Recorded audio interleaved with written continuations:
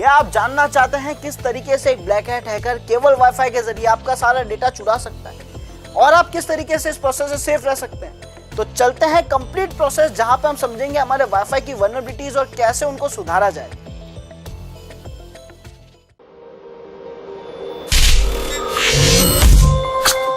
Hello hackers, कैसे हैं आप सभी? I Ashish Kumar, welcome you all to WS tube tech. And यहाँ पे आज मैं आप लोगों के लिए वीडियो लेके आ गया हूँ इंट्रोडक्शन टू वाईफाई, जिसमें हम समझेंगे वाईफाई के बारे में कंप्लीट डिटेल में, क्या है, कैसे डिवाइस है, कैसे काम करता है, क्या इसमें कमियां होती है और किस तरीके से एक हैकर इस डिवाइस के जरिए आपके डेटा को एक्सेस करता है। तो चलते हैं सबसे पहले इंट्रोडक्शन की तरफ। यहाँ पे हम क्या क्या सीखने वाले हैं। सबसे पहले हम देखेंगे what is WiFi, then history and future of WiFi, and then how WiFi network works, then types of wireless threads, and then wireless hacking methodology. ये सारी चीजें इस वीडियो में हम सीखने वाले हैं, तो ध्यान से समझिएगा हर चीज को, बिकॉज ये हमारे लिए बहुत इंपॉर्टेंट है वाईफाई को अच्छे से समझने के लिए। तो स्टार्ट करते हैं पहले टॉपिक के साथ, जो कि है व्हाट इज वाईफाई। वाईफाई है क्या, बेसिकली क्या टेक्नोलॉजी है, ये क्या काम करती है, ये समझते हैं। यहाँ पे सबसे पहला जो पॉइंट हमारा है वो है ये कि वायरलेस टेक्नोलॉजी है, यानी इस टेक्नोलॉजी के अंदर कोई भी वायर यूज नहीं करा जा रहा है। वायरलेस मतलब होता है जहां कोई वायर यूज ना करा जाए। तो बहुत इजी टर्म है कि वायरलेस टेक्नोलॉजी, यानी इसमें कोई वायर, कोई केबल यूज नहीं करी जा रही है। Okay great. देन ये क्या करता है, connecting devices to the internet, यानी ये हमारे जितने भी डिवाइसेस है उनको इंटरनेट से कनेक्ट करने में हेल्प करता है। कौन करता है? वाईफाई करता है। ठीक है। देन यहाँ पे transmitting radio signals as data using router. अब यहाँ पे हो क्या रहा है, बेसिकली एक राउटर है जिसके जरिए जो रेडियो सिग्नल्स आ रहे हैं ये वो शेयर कर रहा है और वो radio signals as an data work कर रहे हैं, यानी रेडियो सिग्नल्स के जरिए डेटा ट्रांसफर करा जा रहा है और इसके जरिए हमारे जितने भी सिस्टम्स है वो सभी इंटरनेट चला पा रहे हैं। तो ये बेसिकली राउटर का मेन वर्क है, ये वाईफाई का मेन वर्क है कि राउटर के जरिए कुछ सिग्नल्स निकाले जाएंगे, कुछ रेडियो सिग्नल्स निकाले जाएंगे जो कि एज एन डेटा वर्क करेंगे एंड हम इजीली इसके जरिए इंटरनेट यूज कर पाएंगे। नेक्स्ट देखते हैं, basically router is connected to internet using wire या केबल। नाउ वाईफाई के लिए तो कोई भी केबल या वायर की जरूरत नहीं है, बिकॉज वो वायरलेस कम्युनिकेशन यूज करता है। बट जो हमारा राउटर है जिसके जरिए वाईफाई ऑन हो रहा है, सारे सिस्टम्स कनेक्ट हो रहे हैं, रेडियो सिग्नल्स मूव कर रहे हैं, वो राउटर इंटरनेट से कनेक्ट होता है, ISP से कनेक्ट होता है डायरेक्ट, तो वो बेसिकली केबल या वायर के जरिए ही होता है। नेक्स्ट है वर्किंग ऑन चैनल्स। इसका मतलब क्या है, जैसा कि हमारी IP थी, एक जो इंटरनेट पे हम सारी चीजें यूज करते हैं, IP जो भी डेटा ट्रांसफर करती है पोर्ट्स के जरिए करती है। आप सभी को पता होगा वेज जो है, जो हमने अच्छे से समझा नेटवर्किंग में, कि IP के जरिए जो डेटा ट्रांसफर हो रहा है वो पोर्ट्स के जरिए हो रहा है। वैसे ही एग्जैक्ट सेम तरीके से जो हमारा राउटर है वो डेटा ट्रांसफर करता है, बट ये यहाँ पे पोर्ट्स यूज ना लेके चैनल्स को यूज लेता है, बिकॉज रेडियो सिग्नल्स जो है वो चैनल्स पर वर्क करते हैं। जिसका बेस्ट एग्जांपल आप सभी को पता होगा, आप जो FM चलाते हैं वहां पे अलग अलग चैनल्स होते हैं, 92.7, 102 और SS एक्सेट्रा एक्सेट्रा, कई सारे चैनल्स होते हैं। तो जो रेडियो सिग्नल्स है वो चैनल्स पे वर्क करते हैं, इसीलिए हमारा वाईफाई जो टेक्नोलॉजी है ये भी चैनल्स पे ही वर्क करता है। तो आइए नेक्स्ट देखते हैं। नेक्स्ट हमारा पॉइंट है कि जो हमारा वाईफाई है उसकी क्या हिस्ट्री रही है या फिर क्या स्कोप है, फ्यूचर में क्या क्या चीजें ऐड हो रही है। तो उसकी पूरी हिस्ट्री, इसकी जो सिक्योरिटीज थी स्टार्टिंग से जब से वाईफाई है वो हम समझते हैं बहुत ही इजी चार्ट के जरिए। यहाँ पे सबसे पहला जो हमारा वाईफाई आया था वो था WEP। अब इस WEP का फुल फॉर्म क्या है? Wired equivalent privacy. सो ये हमारा जो WEP है ये एक वाईफाई टेक्नोलॉजी थी जिसके जरिए हम इंटरनेट यूज कर पा रहे थे। अब इसमें क्या होता था, क्या कमियां थी, ये सारी चीजें समझते हैं। यहाँ पे ये डेवलप कब करा गया था? ये डेवलप करा गया था 1997 में। एंड यहाँ पे इसमें जो इंक्रिप्शन फॉलो करा जा रहा था वो था RC4, जो कि ज्यादा स्ट्रॉन्ग तो नहीं है बट ठीक है, एक इंक्रिप्शन अप्लाई करा गया था। उस वक्त के हिसाब से जो टेक्नोलॉजी थी यही एडवांस थी वहां पे। तो 1997 के अंदर RC4 इंक्रिप्शन अप्लाई करा गया था हमारे वाईफाई में, जो कि था WEP। एंड इसके अंदर जो डेटा इंक्रिप्ट करा जाता था, जो डेटा मूव करा जाता था वो था 64 to 128 बिट्स। सो यहाँ पे जो इसकी की साइज थी वो थी 64 to 128 बिट्स। अब ये 64 to 128 बिट्स तो ठीक है, अच्छी पावर है, बट जो इंक्रिप्शन अप्लाई करा जा रहा था वो था काफी वीक। एंड हमें रिक्वायर्ड क्या है कि हमारा जो वाईफाई है उसमें जो डेटा मूव हो रहा है वो इंक्रिप्टेड हो, सिक्योर हो, कोई भी उसे पढ़ के बीच में हमारा डेटा इंटरसेप्ट ना कर सके। यहाँ पे उसके बाद देखते हैं बेसिकली क्या आया, WPA आया। WPA क्या है? Wifi protected access. तो ये जो हमारा वाईफाई प्रोटेक्टेड एक्सेस आया ये इससे ज्यादा सिक्योर निकला। देखते हैं इसमें क्या क्या सिक्योरिटी इंटीग्रेट करी गई। पहली बात तो ये यहाँ पे 1997 के बाद जो नेक्स्ट वाईफाई आया वो आया 2003 में। सो 2003 में इसके साथ आया TKIP विद RC4। अब TKIP क्या है? टेम्परल की इंटीग्रेशन प्रोटोकॉल। ये प्रोटोकॉल आया RC4 के साथ, जिसके बाद जो हमारा डेटा जा रहा था वो थोड़ा जो है सिक्योरली जाने लगा। पर इसके अंदर भी एक प्रॉब्लम थी कि जो डेटा जा रहा था वो इजीली क्रैक करा जा सकता था किसी भी सॉफ्टवेयर के जरिए। तो यहाँ पे ये जो सिक्योरिटी है ये किससे थोड़ी मजबूत थी, किससे, हमारा RC4 के, बिकॉज RC4 के अंदर आप मान लो जो हैंडशेक फाइल जा रही है वो क्लियर टेक्स्ट विजिबल था, यानी उसके अंदर जो डेटा जा रहा था वो क्लियर टेक्स्ट विजिबल था, वहां प्रॉपर इंक्रिप्शन अप्लाई नहीं हो पा रहा था। एंड इसी की वजह से यहाँ पे थोड़ी सिक्योरिटी इंप्रूव करने के लिए 2003 में जो सिक्योरिटी यहाँ पे अप्लाई करी गई वो थी TKIP।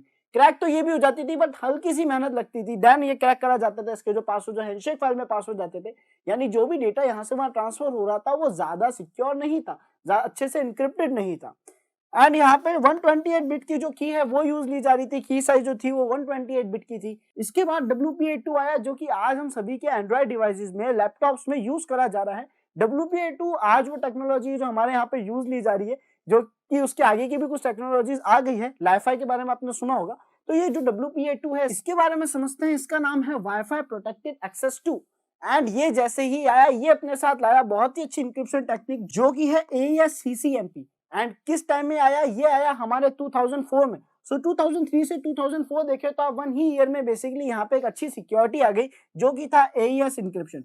एंड ये जो हमारा AES का CCMP इंक्रिप्शन है ये काफी अच्छा काम करता था। और इसकी जो बिट्स थी, की साइज थी, वो थी 128 बिट। सो 128 बिट साइज की जो की साइज के हिसाब से इंक्रिप्शन अप्लाई करता था वो काफी यूजफुल रहा, जिसमें जो क्रैकिंग करते थे तब तक नहीं कर पाते थे जब तक वो एग्जैक्ट पासवर्ड ना निकाल सके। यानी जब तक उनकी लिस्ट के अंदर, ब्रूट फोर्स लिस्ट के अंदर एग्जैक्ट पासवर्ड ना मिले तब तक जो इंक्रिप्टेड डेटा जा रहा है वो उसको क्रैक नहीं कर पा रहे थे। सो यहाँ पे हैंडशेक फाइल्स को भी क्रैक करने में मेहनत लगने लग गई। तो ये जो है हमारा WPA2 ये थोड़ा सिक्योर हो गया, जो कि आप देखो बहुत ही शॉर्ट पीरियड में आया, 2003 के बाद डायरेक्ट 2004 में आ गया। तो WPA2 वो वाईफाई है जो आज के टाइम पे हम सभी यूज ले रहे हैं। और अब जो यूज लेने वाले हैं वो है हमारा WPA3, जो कि इसका भी हायर वर्जन, एडवांस और ज्यादा सिक्योर वर्जन है। इसके अंदर हमारे पास क्या है, इसका फुल फॉर्म बहुत ही इजी है, वाईफाई प्रोटेक्टेड एक्सेस 3। एंड यहाँ पे ये जो आया ये आया हमारे 2018 में। इंप्लीमेंट अभी पूरा नहीं हुआ है हमारे यहाँ पे, बट काफी जगहों पे, काफी सिस्टम्स में, काफी लेटेस्ट एंड्रॉइड डिवाइसेस में आने लग गया है। तो 2018 में आया, जिसके अंदर AES CCMP and AES GCMP ये दोनों ही इंक्रिप्शन जो चिपर सेट्स हैं वो यहाँ पे अप्लाई होने लग गए। एंड अब जो डेटा जा रहा है उसको क्रैक करना करीब करीब इम्पॉसिबल हो गया है किसी भी ब्रूट फोर्स मेथड के जरिए। विदाउट की आप बेसिकली डेटा को क्रैक नहीं कर पाएंगे, पब्लिक प्राइवेट की जो हम बताते हैं क्रिप्टोग्राफी के अंदर। सो उसके बिना हम डेटा को क्रैक नहीं कर पाएंगे। तो अब जो हमारा डेटा जा रहा है वो काफी सिक्योर है WPA3 के अंदर। कमी तो इसके अंदर भी डेफिनेटली है, बट फिलहाल हम उस पर डिस्कशन नहीं करेंगे। धीरे धीरे हम सबकी वल्नरेबिलिटीज निकालेंगे और देखेंगे किस तरीके से इन्हीं वाईफाई के जरिए एक अटैकर हमारा कंप्लीट सिस्टम एक्सेस कर लेता है। सो उम्मीद है आपको ये सारी चीज समझ आ गई होगी। लास्ट जो पॉइंट बचता है वो है 128 to 256 की साइज जो ये यूज ले रहा है, तो ये और ज्यादा सिक्योर हो गया इस हिसाब से। तो यहाँ पे ये था हमारा वाईफाई का कंप्लीट हिस्ट्री, और उसी के साथ साथ जो सिक्योरिटी प्रोटोकॉल यूज करेगा, बिकॉज इन्हीं सिक्योरिटी प्रोटोकॉल्स में हम लूपहोल्स निकालने वाले हैं और देखने वाले हैं कि किस तरीके से हम उन वल्नरेबिलिटीज को एक्सप्लॉइट कर सकते हैं और सुधारेंगे कैसे, साथ ही साथ वो भी देखेंगे। तो नेक्स्ट देखते हैं, नेक्स्ट स्लाइड बेसिकली जो हमारी है वो है कि ये वर्क कैसे करती है, हाउ इट वर्क्स एग्जैक्टली। जो हमारा वाईफाई है, राउटर है, वो काम कैसे कर रहा है। बिकॉज सारी हैकिंग टेक्नोलॉजीज अप्लाई करने के लिए हमें इसको समझना बहुत जरूरी है कि वो काम कैसे कर रहा है। जब तक हमें नहीं पता पड़ेगा वो किस तरीके से डेटा को शेयर कर रहा है, किस तरीके से डेटा को रीड कर रहा है, जो सिस्टम जो उनको आइडेंटिफाई किस तरीके से कर रहा है, तब तक हम वहां पे वल्नरेबिलिटीज इजीली फाइंड नहीं कर पाएंगे। तो सबसे इंपॉर्टेंट हिस्सा जो आज हमारे लिए है वो है ये राउटर। ये राउटर ही वो डिवाइस है जो वायर के जरिए ISP से जुड़ा है, जिसके जरिए इसके पास इंटरनेट आ रहा है और हम सभी को प्रोवाइड कर रहा है वाईफाई टेक्नोलॉजी पे। विदाउट वायर यानी वायरलेस डिवाइसेस के जरिए, रेडियो सिग्नल्स के जरिए बेसिकली हम सभी को ये इंटरनेट प्रोवाइड कर रहा है। अब ये कैसे वर्क कर रहा है, क्या सारी चीजें होती है, इसको अच्छे से समझते हैं। ध्यान रखिएगा, बहुत इंपॉर्टेंट हिस्सा है। ये हमारा राउटर है, ये हमारा ISP है। सबसे पहले एंटिटी हमारे पास ISP आ जाती है, जिसके बारे में हम ज्यादा नहीं देखेंगे। ISP का फुल फॉर्म है इंटरनेट सर्विस प्रोवाइडर। वो कंपनी, वो एंटिटी जो हमें इंटरनेट प्रोवाइड कर रही है उसको हम ISP कह देते हैं। तो मान लेते हैं यहाँ पे हमारा जो ISP है वो है जियो। सो जियो ने क्या करा, हमने बेसिकली जियो का ब्रॉडबैंड यूज किया, हमारे घर पे इंस्टॉलेशन कराया, वायर के जरिए हमारे घर पे ब्रॉडबैंड इंस्टॉलेशन हो गया। अब इसके जरिए हम इंटरनेट यूज करेंगे तो ये काम कैसे करेगा। जैसे ही हमने जियो से इस राउटर को लिया था, जब इसका इंस्टॉलेशन कराया था, तो जियो ने दे दी इसको एक पब्लिक IP। ये स्टैटिक तो नहीं है, ये चेंज होती रहती है, बट फिलहाल हमारे राउटर के पास एक आइडेंटिटी है। वो क्या है, वो है उसकी पब्लिक IP। अब सवाल उठता है आइडेंटिटी, आइडेंटिटी होती क्या, आइडेंटिटी मतलब पहचान। मेरी पहचान क्या होगा, मेरा नाम, मेरा आधार कार्ड का नंबर, ये सारी चीजें मेरी पहचान है। मेरा पैन कार्ड नंबर, ये गवर्नमेंट डॉक्यूमेंट्स के पहचान है। तो यहाँ पे इसकी आइडेंटिटी क्या है, और विदाउट आइडेंटिटी किसी से बात नहीं करी जा सकती। अगर मुझे आपको कॉल लगाना है तो मैं बिना आपके कॉन्टैक्ट नंबर, जो कि आपके आइडेंटिटी का हिस्सा है, आपको कॉल नहीं लगा पाऊंगा। तो यहाँ पे यही सेम चीज है कि हर सिस्टम के पास अपनी एक आइडेंटिटी होगी, तो हमारे ब्रॉडबैंड के पास उसकी एक आइडेंटिटी आ गई है जो कि है उसकी पब्लिक आईपी। साथ ही साथ इसके पास कुछ और आइडेंटिटीज भी होती है, वो क्या है, इसकी कुछ और पहचान भी है, वो क्या है, इसको अच्छे से समझते हैं। यहाँ पे हम ये जो ब्रॉडबैंड है इसके पास 3 आइडेंटिटी होती है। क्या क्या है, जिसने पहले नेटवर्किंग के वीडियोस देखे होंगे मेरे, उनको अच्छे से क्लियर होगा। पहली इसकी जो आइडेंटिटी है वो तो है पब्लिक आईपी, जिसके बारे में हमने देख लिया। दूसरी है प्राइवेट आईपी, एंड देन इसके बाद जो लास्ट और फाइनल आइडेंटिटी है जो कि कभी चेंज नहीं होती, वो है इसका Mac address, media access control address. ये क्या होता है, मैक एड्रेस एक हार्डवेयर एड्रेस होता है जो कि कभी चेंज नहीं करा जाता। इसके बारे में और डिटेल में देखना है या इस पूरे प्रोसेस को और ज्यादा डिटेल में समझना है तो नेटवर्किंग का आपका पूरा एक प्लेलिस्ट अपलोड हुआ है, उस प्लेलिस्ट को अच्छे से देखिएगा ताकि आप इस प्रोसेस को अच्छे से समझ जाए। सो यहाँ पे बेसिकली हमारे राउटर के पास 3 पहचान है, प्राइवेट, पब्लिक और मैक एड्रेस।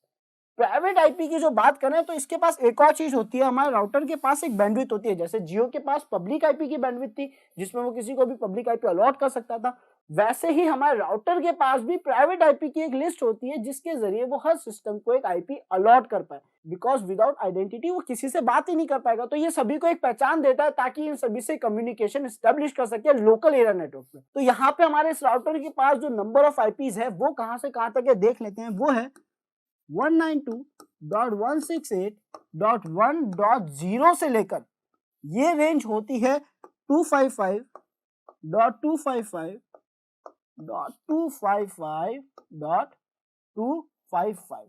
ये है वो लास्ट नंबर ऑफ आईपी जो हमारे ब्रॉडबैंड के पास होती है। अब ये जो राउटर के पास से सारी आईपीज की लिस्ट है, इनके बीच की आईपी किसी भी सिस्टम को दे सकता है, यानी 192.168.1.0 के बाद की और 255.255.255.255 से पहले की यानी 254 तक ये सारे आइडेंटिटीज आईपी ये दे सकता है। हाँ, इसको आईपी अलॉट करने के लिए कुछ और हार्डवेयर की रिक्वायरमेंट रहेगी। एक ही राउटर इतनी सारी डिटेल्स नहीं शेयर कर सकता बिकॉज काफी सारी टेक्निकल इश्यूज आ जाती है, डॉस अटैक परफॉर्म करा जा सकता है और काफी सारी चीजें यहाँ पे अलग अलग नेट मास्क होने जरूरी है। तो यहाँ पे पर ये जो कंप्लीट मास्क है ये होता है 255.255.255 से पहला यानी 254। तो इतनी रेंज थी इसके पास प्राइवेट आईपी जो ये किसी को अलॉट कर सकता है। अब हुआ क्या यहाँ पे कि हमारे राउटर से हमने एक सिस्टम कनेक्ट करा, ये एक वो सिस्टम है जो हमने कनेक्ट करा। जैसे ही हमने से एक सिस्टम को कनेक्ट करा, राउटर ने अपनी प्राइवेट आईपी की लिस्ट में से एक आईपी इसको दे दी। उससे पहले मैंने आप सभी को बताया राउटर के पास भी एक प्राइवेट आईपी होती है। वो प्राइवेट आईपी कहां से आएगी, राउटर के पास एक लिस्ट थी जो कि हमने देखा 192.168.1.0 से लेकर 255 तक जो पूरी रेंज है वो चल रही है। तो 192.168.1.1 जो पहली आईपी है वो हमारा राउटर अपने लिए रख लेता है, जो कि होती है राउटर की प्राइवेट आईपी जिसको हम डिफॉल्ट गेटवे भी कहते हैं। तो यहाँ पर हमारे राउटर ने क्या करा, 192.168.0.1 बेसिकली 1.1 हो या 0.1 हो, वो अलग अलग गेटवे चलते रहते हैं यहाँ पे। तो यहाँ पे इसने जो लिया 192.168.0.1 खुद रख ली, उसके आगे की जितनी भी आईपी रेंज है वो पूरी आईपी रेंज आगे के सिस्टम्स को अलॉट करने वाला है। तो ये जो आईपी रेंज इसने रखी, इसके बाद जो दूसरी आईपी बचती है वो है 0.2 जो कि इसने हमारे सिस्टम को अलॉट कर दी। देन ऐसे ही किसी को 100, किसी को 10, किसी को 11, ऐसे ही हर सिस्टम को ये आईपी अलॉट करता चला गया। पर यहाँ एक सवाल उठता है कि इसने आईपी अलॉट करी तो करी कैसे। ये हमें पता है आईपी अलॉट करेगा, काफी नेटवर्किंग के लोगों को पता होगा कि ये आईपी अलॉट कर रहा है, बट सवाल उठता है कर कैसे रहा है, या एग्जैक्टली कैसे पॉसिबल हो पा रहा है कि हर सिस्टम को एक आईपी दे सके और किस सिस्टम को क्या आईपी देनी है ये कौन डिसाइड करेगा। तो ये सारी चीजें अब देखते हैं, यहाँ पे इस चीज को क्लियर करते हैं हम और अब इस चीज को समझते हैं यहाँ पे कि हमारे जो ब्रॉडबैंड है इसके पास एक बहुत ही अच्छी सर्विस होती है, एक प्रोटोकॉल होता है जिसका नाम है ARP। ये क्या है, ARP का फुल फॉर्म होता है एड्रेस रिजोल्यूशन प्रोटोकॉल। ये क्या है, ये काम क्या आता है बेसिकली।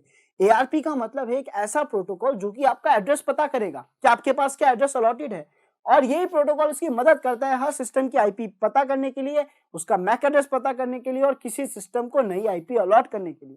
अब ये हो क्या रहा है यहाँ पे, ARP क्या होता है बेसिकली प्रोटोकॉल ये तो हम समझ चुके हैं।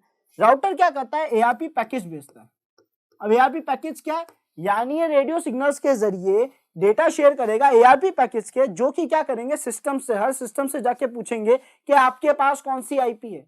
अब ये किस तरीके से पूछेंगे तो यहाँ देखते हैं, बेसिकली मान लेते हैं ये एक ARP का पैकेट है, तो इसके अंदर क्या लिखा हुआ होगा ऐसा जो ये सबसे पूछ रहा है। यहाँ पे लिखा हुआ होता है who has 192.168.0.4 अब फॉर एग्जांपल यहाँ मान लेते हैं इसने पूछा हु हैज 192.168.0.4, ये एक उसने आईपी पूछी और ये जो पैकेट बना है एआरपी का पैकेट जो बना है ये होता है ब्रॉडकास्ट पैकेट। अब ब्रॉडकास्ट क्या होता है सभी को पता है, नॉर्मली हम व्हाट्सएप यूज करते हैं तो उसमें ब्रॉडकास्ट क्या होता है, हम एक मैसेज ट्रांसफर करते हैं वो सभी को चला जाता है, तो यहाँ पे ये भी एक ब्रॉडकास्ट मैसेज होता है। यानी ये जो इसने बात पूछी है 192.168.0.4 किसके पास है, ये मैसेज ब्रॉडकास्ट हो जाएगा इन सभी कनेक्टेड नेटवर्क्स के पास, यानी सभी के पास एक पैकेट जाएगा, एक रिक्वेस्ट जाएगी जो कि पूछ रही होगी कि किसके पास 192.168.0.4 एड्रेस है। इनमें से जिसके पास भी, फॉर एग्जांपल मान लेते हैं हमारे इसी सिस्टम के पास 0.4 का एड्रेस है, यानी 192.168.0.4 का एड्रेस है, ये सिस्टम रिप्लाई करेगा कि यस मेरे पास है 192.168.0.4। ये कैसे रिप्लाई करेगा, इसके रिप्लाई के अंदर बेसिकली एआरपी का जो रिप्लाई जा रहा है इसके अंदर ये बोलेगा कि यस आई हैज 192.168.0.4, बट उसके साथ साथ इसका जो मैक एड्रेस है, क्योंकि बिकॉज इस सिस्टम के पास भी 3 पहचान है, वो 3 पहचान क्या क्या है, पहला प्राइवेट आईपी, पब्लिक आईपी नहीं होगी बिकॉज पब्लिक आईपी केवल राउटर के पास एक ही है तो वो किसी को अलॉट नहीं करने वाला। इसके पास होगी केवल प्राइवेट आईपी, इसका लोकल होस्ट और इसका मैक एड्रेस। इसके बारे में अच्छे से डिटेल में जानना है तो आपको ऊपर आई ऑप्शन में बेसिकली बाकी की वीडियोस दिख रही होगी, जो लास्ट वीडियो है अपना नेटवर्किंग का पूरा प्लेलिस्ट है उसको अच्छे से देख लेना आप। सो यहाँ पे इसके पास आईपी है 0.4, इसने अपना मैक एड्रेस के साथ ही आईपी की बात जो है कि यस आई हैव 192.168.0.4 ये मैसेज ट्रांसफर कर दिया हमारे राउटर के पास। राउटर क्या करेगा, जल्दी से अपनी जो टेबल है उसमें अपडेट कर देगा कि 0.4 कोई भी XYZ मैक एड्रेस के पास है ना, जो मैक एड्रेस है वो नोट कर लेगा, तो ऐसे ही ये रिकॉर्ड रखता जाएगा। और ये जो एआरपी रिक्वेस्ट है ये ऐसी सारी आईपी लिस्ट के लिए जाएगी, 100 के लिए, 104 के लिए, 101 के लिए, 11 के लिए, 10 के लिए, ऐसे ही एआरपी रिक्वेस्ट लगातार ट्रांसफर होती रहेगी। और हर वो सिस्टम जिसके पास वो आईपी होगी वो बोलेगा yes I have that IP, मेरे पास है वो आईपी। तो इसी तरीके से बेसिकली हमारे राउटर ने सभी सिस्टम्स को एक आईपी अलॉट कर दी ताकि उनसे बात कर सके। ये प्राइवेट आईपी है, प्राइवेट आईपी पब्लिक आईपी के बारे में भी डिटेल में जानना है तो आप एक बार उस तरह मूव करिएगा। बट यहाँ पे हम वाईफाई के बारे में समझने वाले हैं, तो वाईफाई ने क्या करा, एआरपी रिक्वेस्ट के जरिए सभी की आइडेंटिटी ले ली, अपनी टेबल में अपडेट कर लिया। अगर बाई चांस यहाँ पे यूजर डिस्कनेक्ट भी होता है तो ये फिर से हर कुछ टाइम में एआरपी रिक्वेस्ट जाती रहती है, तो हर कुछ टाइम में पूछेगा कि भाई 0.4 किसके पास है। अब अगर किसी ने रिप्लाई नहीं दिया, ये पूरा ब्रॉडकास्ट मैसेज जो सबके पास जाएगा, इनमें से अगर किसी ने नहीं बोला कि सर हमारे पास 0.4 आईपी है, तो यहाँ पे क्या होगा, तो यहाँ पे बेसिकली राउटर उस आईपी को खाली कर देगा, यानी अपनी टेबल में लिख देगा कि भाई 0.4 अब किसी के पास नहीं है। एंड जैसा ही ऐसा ये करेगा तो अब कोई भी नया सिस्टम जुड़ेगा तो 0.4 आईपी खाली होगी उस सिस्टम को अलॉट करने के लिए, राउटर अपना आप कर देगा। तो यहाँ पे इस तरीके से हमारा वाईफाई वर्क कर रहा है। अभी जो सिग्नल्स ट्रांसफर हो रहे हैं इसमें हमारा डेटा भी ट्रांसफर हो रहा है, बट सवाल उठता है कि सर इतने सारे सिस्टम कनेक्टेड कैसे हो गए। यहाँ पे हर सिस्टम को कनेक्ट होने के लिए यूजर नेम और पासवर्ड, यूजर नेम तो फिर भी जो नाम होता है वाईफाई को ऑटोमेटिक आ जाता है, पासवर्ड की रिक्वायरमेंट बहुत ज्यादा है। विदाउट पासवर्ड कोई भी डिवाइस एक वाईफाई डिवाइस से कनेक्ट हो ही कैसे सकता है। तो यहाँ पे अब इस चीज को समझते हैं कि एक सिस्टम राउटर से कनेक्ट होता कैसे है, इस चीज को हम क्लियर कर रहे हैं यहाँ पे ताकि अच्छे से समझ सके हमारा वाईफाई कैसे कनेक्शन बना रहा है। मान लेते हैं इस सिस्टम को हमारे राउटर से कनेक्ट होना था, कनेक्ट होने के लिए वो क्या करेगा, अपने वाईफाई सेटिंग्स में जाएगा, स्कैन करेगा, उसको वाईफाई का नाम दिखेगा, हमारे राउटर का जो वाईफाई का नाम है मान लेते हैं इसका नाम है WS Cube, तो उसका WS Cube नाम का वाईफाई दिख रहा है। उसने क्या करा, उस पर क्लिक करा, उसके सामने पासवर्ड पूछा गया, उसने पासवर्ड एंटर करा और सबमिट बटन पे क्लिक कर दिया। जैसे ही उसने सबमिट बटन पे क्लिक करा, इस सिस्टम से एक पैकेट बना जिसके अंदर इसका नाम, जो इसका एड्रेस है ये, और पासवर्ड यहाँ से जा रहा है। सो ये जो हमारी फाइल है जिसके अंदर पासवर्ड जा रहा है, सिस्टम जो पासवर्ड टाइप करा है कि हो सकता है इसका पासवर्ड यही होगा, इस फाइल को हम कहते हैं हैंडशेक फाइल। अब ये जो हमारी हैंडशेक फाइल है, यानी वो फाइल जिसके अंदर पासवर्ड है, वो फाइल यहाँ से मूव हुई और पहुंची हमारे सिस्टम के पास रेडियो सिग्नल्स के जरिए ही किसी चैनल पे। और जैसे ही यहाँ पे पहुंची, सिस्टम ने उस पासवर्ड को कंफर्म करा, अगर वो पासवर्ड सही था देन इसने उसको परमिशन दे दी कि एक्सेस कर सकता है। और अब बेसिकली ये दोनों कनेक्ट हो गए हैं एक दूसरे से, हैंडशेक हो गया इन दोनों का, हैंडशेक यानी हाथ मिलाना, तो उस फाइल का नाम बिल्कुल इस हिसाब से ही रखा है। तो यहाँ पे दोनों कनेक्ट हो गए और दोनों, अब जो 101 नेटवर्क है, जो सिस्टम है, वो इंटरनेट यूज कर पा रहा है। अब होगा क्या यहाँ पे, और चीजें भी समझते हैं कि सर अगर पब्लिक आईपी केवल ब्रॉडबैंड के पास है तो इसका मतलब है इंटरनेट पे केवल ब्रॉडबैंड ही बात कर पाता है, क्योंकि आईपी का एक रूल है कि केवल प्राइवेट आईपी से बात कर सकती है, पब्लिक आईपी से बात कर सकती है। और प्राइवेट आईपी क्या होती है, लोकल एरिया नेटवर्क का हिस्सा। तो अगर हमें बाहर बात करनी है, इंटरनेट पे किसी से बात करनी है, तो बहुत ही कंपल्सरी जो चीज है, पहला जो कंपल्शन पॉइंट है वो ये है कि हमारे पास एक पब्लिक आईपी होनी चाहिए। तो अगर इस सिस्टम को इंटरनेट पे किसी से बात करनी है तो ये कैसे करेगा? क्यों? क्योंकि उसके पास तो केवल एक प्राइवेट आईपी है। ये जो आईपी इसको अलॉट करी गई है, ये तो ब्रॉडबैंड के जरिए प्राइवेट आईपी अलॉट करी गई है, यानी ये प्राइवेट आईपी वाला इंटरनेट पे पब्लिक आईपी पे बात ही नहीं कर सकता कभी। तो ये कैसे पॉसिबल है? तो अब यहाँ पे होता क्या है, नॉर्मली सारी बात इंटरनेट पे तो ये ही करेगा, केवल ब्रॉडबैंड ही इंटरनेट पे सारी बात कर सकता है। तो होगा क्या यहाँ पे कि इस सिस्टम को मान लेते हैं फेसबुक एक्सेस करना था, तो इसने क्या करा, अपना ब्राउजर ओपन करा, वहां पे लिखा facebook.com, एंटर प्रेस कर दिया। जैसे इसने facebook.com लिख के एंटर प्रेस करा, यहाँ पे एक पैकेट जनरेट हुआ जो कि जाएगा हमारे ब्रॉडबैंड के पास। इस पैकेट में क्या है? इस पैकेट में है कि भाई मेरे को फेसबुक एक्सेस करना है, फेसबुक की रिक्वेस्ट, साथ ही साथ इस सिस्टम का मैक एड्रेस, आईपी एड्रेस और ये सारी डिटेल्स हमारे ब्रॉडबैंड के पास सेव हो जाएगी। ब्रॉडबैंड क्या करेगा, इसका एक पैकेट बनाएगा, कौन सा? फेसबुक एक्सेस करने की रिक्वेस्ट का पैकेट जो है वो शेयर कर देगा इंटरनेट पे। अब इंटरनेट क्या करेगा, फेसबुक सर्वर पे जाएगा, फेसबुक सर्वर के जरिए रिक्वेस्ट को देखेगा, अगर रिक्वेस्ट जेन्युइन होगी, सब कुछ सही होगा, तो वो उसका रिप्लाई देगा। तो यहाँ पे इस रिक्वेस्ट का जो रिस्पॉन्स आ रहा है, जिसको हम रिप्लाई कहते हैं बेसिकली, ये रिस्पॉन्स आएगा सीधा हमारे ब्रॉडबैंड के पास। क्यों? बिकॉज ब्रॉडबैंड ने जब इस पैकेट को भेजा तो इस पैकेट के अंदर आईपी किसकी गई? आईपी जाएगी ब्रॉडबैंड की public IP, because private IP तो बात ही नहीं कर सकती। तो पब्लिक आईपी जो है वो यहाँ पे गई इस पैकेट के साथ इस सिस्टम पे। सर ये वाला जो सिस्टम है जिसकी आईपी 82.10.250.19, ये सिस्टम आपको एक्सेस करने की रिक्वेस्ट कर रहा है। फेसबुक ने बोला ओके कर सकते हैं, रिस्पॉन्स दिया, रिस्पॉन्स भी इसी के पास आएगा वापस। तो जैसे ही इस डिवाइस के पास रिस्पॉन्स आया, ये सबसे पूछेगा हु हैज 192.168.0.101। अब क्योंकि 101 हमारे सिस्टम की आईपी है, तो ये बोलेगा यस आई हैज 101। जैसे ही ये बोलता है, ये पैकेट जो था ये सिस्टम को शेयर कर देगा। इस तरीके से बेसिकली ये सारे सिस्टम इंटरनेट यूज कर पाते हैं, फिर चाहे वो एक मोबाइल हॉटस्पॉट ही क्यों ना हो। मान लेते हैं एक वक्त के लिए कि ब्रॉडबैंड यहाँ पे नहीं है, ब्रॉडबैंड की जगह यहाँ पे है एक एंड्रॉइड डिवाइस जिसका हॉटस्पॉट ऑन है, तो ये सभी यूजर्स इससे कनेक्ट हो रहे हैं। तो इस केस में ब्रॉडबैंड कौन है? तो यहाँ पे जो ब्रॉडबैंड है वो है इस मोबाइल के अंदर पड़ी हुई सिम। जो सिम है वो असली ब्रॉडबैंड है, वो हमें आईएसपी के द्वारा मिली है, उसमें हम रिचार्ज कराते हैं, उसमें हमें इंटरनेट मिलता है। हमने क्या करा, उस सिम के बाद हमारे एंड्रॉइड डिवाइस में ऑप्शन था ब्रॉडबैंड बनने का, तो हमने हॉटस्पॉट ऑन करा। जैसे ही हमने हॉटस्पॉट ऑन करा, हम बन गए ब्रॉडबैंड। हम यानी हमारी सिम, ये डिवाइस की भी खुद की एक प्राइवेट आईपी है, ये ब्रॉडबैंड नहीं है। ब्रॉडबैंड है तो केवल वो सिम है। तो अब यहाँ पे क्या हुआ, जितने भी यूजर इससे कनेक्ट हुए, सेम प्रोसेस, हैंडशेक फाइल गई, सब कुछ सेम हुआ।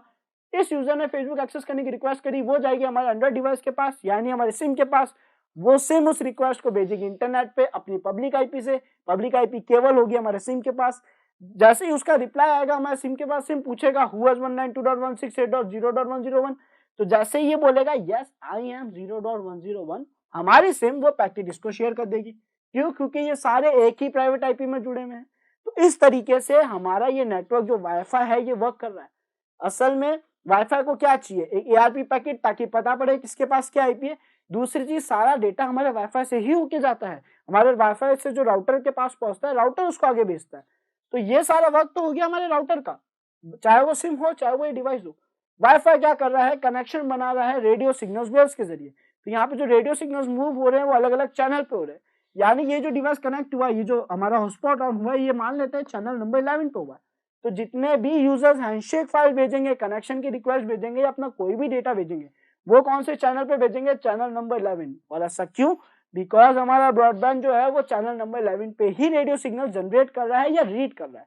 जैसा कि हम आईपी में बात करते हैं पोर्ट लिसनिंग या फिर बात करने की, बेसिकली मैसेज शेयरिंग करने की और लिसनिंग की, तो एक ही पोर्ट होती है। वैसे ही यहाँ पे भी एक ही पोर्ट होगी, एक ही पोर्ट होगी, वो है चैनल। सो स्टूडेंट्स, ये था एक वाईफाई का छोटा सा इंट्रोडक्शन जिसमें हमने वाईफाई की स्मॉल वर्किंग्स देखी। इसके बारे में और डिटेल में हम सारी चीजें देखने वाले हैं, कहाँ कहाँ कमियां होती है। और कमियों से एक और बात मैं आप सभी को बता दूं कि ये सिस्टम इस वाईफाई से कनेक्ट होने के लिए केवल एक ही चीज मांगता है, इस वाईफाई का ESS ID।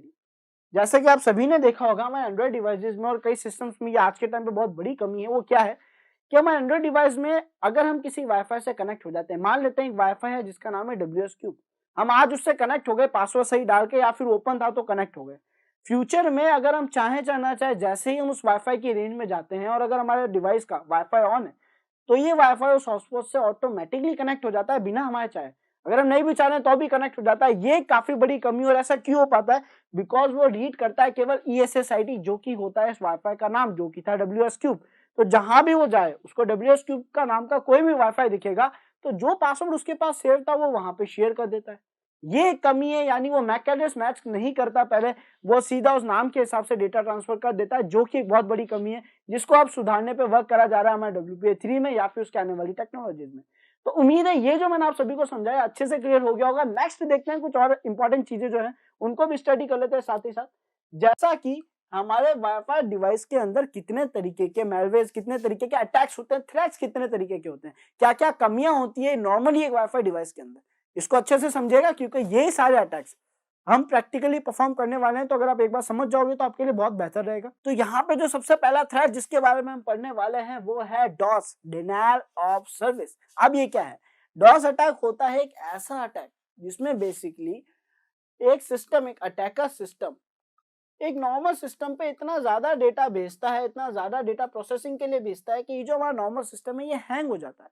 अक्सर आपने देखा होगा नॉर्मली, अगर इसको हम इतना ज्यादा टेक्निकली ना देखें तो हम इसको ऐसे समझ सकते हैं कि आपके डिवाइस में आपने इतने सारे प्रोसेसेस खोल लिए कि आपका डिवाइस अब सही से काम नहीं कर पा रहा, हैंग हो रहा है, जो कि बहुत ही नॉर्मल है आज के टाइम में। हम कोई भारी सॉफ्टवेयर, कोई फोटोशॉप, कोई वीडियो एडिटिंग का या कोई भी गेम भी इंस्टॉल करते हैं, अगर आप सभी करते होंगे, तो उसके बाद क्या होता है, हमारा सिस्टम हैंग हो जाता है बिकॉज वो कंपैटिबल नहीं होता उसके लिए। तो यहाँ पे जब वो हैंग हो रहा है, वो सेम चीज जब हम एक अटैकर मशीन के जरिए करते हैं तो उसको हम कहते हैं DoS attack, denial of service attack. इस अटैक में हो क्या रहा है, एक अटैकर एक विक्टिम सिस्टम पे इतना ज्यादा डेटा भेज रहा है प्रोसेस होने के लिए कि वो विक्टिम सिस्टम हैंग हो रहा है, वो विक्टिम सिस्टम सारे प्रोसेसेस कर नहीं पा रहा है, और उसका रिजल्ट क्या होगा, इसका रिजल्ट इन होगा कि ये बेसिकली क्रैश हो जाएगा, पावर ऑफ हो जाएगा, सही से वर्क नहीं करेगा, यूटिलाइजेशन जो है रिसोर्सेज का वो बंद कर देगा। तो यहाँ पे इसको हम कहते हैं डॉस अटैक। ये सेम चीज होती है हमारे वाईफाई के अंदर। हमारे वाईफाई के अंदर बिकॉज वायरलेस कम्युनिकेशन हो रहा है, रेडियो सिग्नल्स के जरिए कोई भी डेटा ट्रांसफर करा जा सकता है, तो डॉस अटैक परफॉर्म करना बहुत ही आसान होता है। और यहाँ पे कुछ डॉस अटैक की टेक्निक्स भी लिखी हुई है, कुछ और भी जो टेक्निक्स के बारे में हम देखेंगे वहां पे डॉस अटैक ही यूज लिया जा रहा है। तो देखते हैं बेसिकली और क्या क्या है यहाँ पे। पहला है डी ऑथेंटिकेशन फ्लड। अब एक बात ध्यान रखिएगा, डॉस अटैक यानी क्या है, किसी भी डेटा का खूब सारा फ्लो, यानी किसी सिस्टम पे डेटा का इतना फ्लो भेज दो, इतना इनपुट भेज दो कि वो हैंग होने लग जाए, यानी फ्लडिंग कर दो, बहाड़ लिया वहां पे। तो जहां भी आपको फ्लड लिखा दिखे समझ लीजिएगा कि ये डॉस अटैक का एक हिस्सा है। अब यहाँ पे जो हमारा दूसरा अटैक आया है उसका नाम है D authentication flood. D authentication क्या होता है, ऑथेंटिकेशन मतलब क्या होता है पहले ये देख लेते हैं। तो ऑथेंटिकेशन का मतलब है भाई किसी को कनेक्ट करना, किसी को ऑथेंटिकेट करना, कोई बता दे कि भाई मैं वैलिड यूजर हूँ। जैसे हम यूजर नेम पासवर्ड लिख के एंटर करते हैं तो वो एक ऑथेंटिकेशन पैकेट है जो लेके जा रहा है कि भाई ये जो आईडी पासवर्ड में लेके आए हो ये एक वैलिड यूजर का है, तो उसको हम कहते हैं ऑथेंटिकेशन। डी ऑथेंटिकेशन क्या है, यानी हम किसी को डिस्कनेक्ट कर रहे हैं, यानी हम किसी को बोल रहे हैं कि भाई आप ऑथेंटिकेट नहीं हो, आपने जो आईडी पासवर्ड दिया गलत है, आपको हटना पड़ेगा, आपको डिस्कनेक्ट होना पड़ेगा, वो होता है डी ऑथेंटिकेशन। तो अब यहाँ पे जो हमारा वाईफाई अटैक है ये क्या है, ये जो डी ऑथेंटिकेशन फ्लडिंग अटैक है ये करता क्या है कि हम एक राउटर से, मान लेते हैं यहाँ पे ये जो हमारा राउटर है, इस राउटर से कई सारे यूजर कनेक्टेड है वाईफाई के जरिए। सो वाईफाई के जरिए कई सारे डिवाइसेस हमारे इस डिवाइस से कनेक्टेड है। तो हमने क्या करा, एक अटैकर आया, वो बिना कनेक्ट करे भी इस प्रोसेस को कंप्लीट कर सकता है, यानी वो इस राउटर से कनेक्ट नहीं होगा, बट वो कुछ ऐसे पैकेज भेजेगा जो कि इन सिस्टम्स को राउटर से डिस्कनेक्ट कर देंगे। कब तक के लिए, जब तक ये अटैकर चाहता है। तो ये बहुत ही खतरनाक अटैक है, यानी आप किसी भी यूजर को एक वाईफाई से अपनी मन चाहे टाइम के लिए डिस्कनेक्ट कर सकते हो। अब आप यही चीज सोचो अगर किसी बड़ी ऑर्गेनाइजेशन में हो रही है तो, यानी वहां पे उनका टाइम बहुत प्रीशियस है, उनको कोई वर्क करना है, कोई फाइल अपलोड करनी है, शेयर मार्केटिंग का हिस्सा है, म्यूचुअल फंड्स का हिस्सा है, वहां पे उनको इंस्टेंट टाइम पे काफी सारी फाइल शेयर करनी होती है। अगर उसी बीच उनका इंटरनेट रुक जाए, क्योंकि इसके लिए तो यूजर को, जो अटैकर है, उसको विक्टिम से कनेक्ट होने की जरूरत भी नहीं है, राउटर से कनेक्ट होने की जरूरत नहीं है, बिना आईडी पासवर्ड के वो किसी को भी डिस्कनेक्ट कर सकता है। तो ये होता है डी ऑथेंटिकेशन फ्लड में। फ्लडिंग का मतलब है कि उसने खूब सारे पैकेज भेज दिए ताकि कोई भी यूजर कनेक्ट ही ना हो पाए, या मन चाहे यूजर कनेक्ट ना हो पाए। तो इस प्रोसेस को हम कहते हैं डी ऑथेंटिकेशन फ्लड। उम्मीद है आपको अच्छे से समझ आ गया होगा। नेक्स्ट जो हमारा है वो है राउटिंग अटैक, यानी बेसिकली राउटर्स का जो जगह है, राउटर से जो डेटा आ जा रहा है उसके अंदर कुछ ऐसे चेंजेस करना, कुछ ऐसे मैनिपुलेशन करना जिसके बाद आप आते जाते डेटा पे नजर रख सको, पूरा जो जो उसका रूट है, जो आने जाने का रास्ता है, उसको ट्रैक कर सको और उसमें छेड़खानी कर सको। तो वो होता है हमारा राउटिंग अटैक। नेक्स्ट आता है ऑथेंटिकेशन फ्लड, जो कि आप नाम सुनते ही समझ गए होंगे। फ्लड यानी डॉस का हिस्सा है। ऑथेंटिकेशन का मतलब है कि वहां पे कनेक्शन रिक्वेस्ट भेजना, और ज्यादा कनेक्शन रिक्वेस्ट अगर एक सिस्टम पे आ रही है, हमारे राउटर के पास अगर लगातार कई सारी कनेक्शन रिक्वेस्ट आ रही है, तो वो सही से परफॉर्म करना बंद कर देगा, क्योंकि उसको हर कनेक्शन पैकेज जो आ रहा है जिसमें यूजर नेम पासवर्ड आ रहा है वो चेक करना पड़ेगा, और ये लेगा उसका प्रोसेस। और अगर लगातार कई सारी आ रही है तो इतना ज्यादा प्रोसेस वो एक साथ करेगा तो डेफिनेटली वो हैंग होगा, बाकी सिस्टम्स को सही से कनेक्ट नहीं कर पाएगा। तो इसको हम कहते हैं ऑथेंटिकेशन फ्लड। क्लियर होगा आप सभी को। एआरपी कैशे पॉइजनिंग अटैक, ये काफी अच्छी चीज है। बेसिकली एआरपी क्या होता है? Address resolution protocol. अब एआरपी कैशे पॉइजनिंग अटैक क्या है? ये एक ऐसा अटैक है जिसमें बेसिकली हम एआरपी को पॉइजन कर रहे हैं, एआरपी को खराब कर रहे हैं। कैसे करते हैं हम एआरपी को खराब?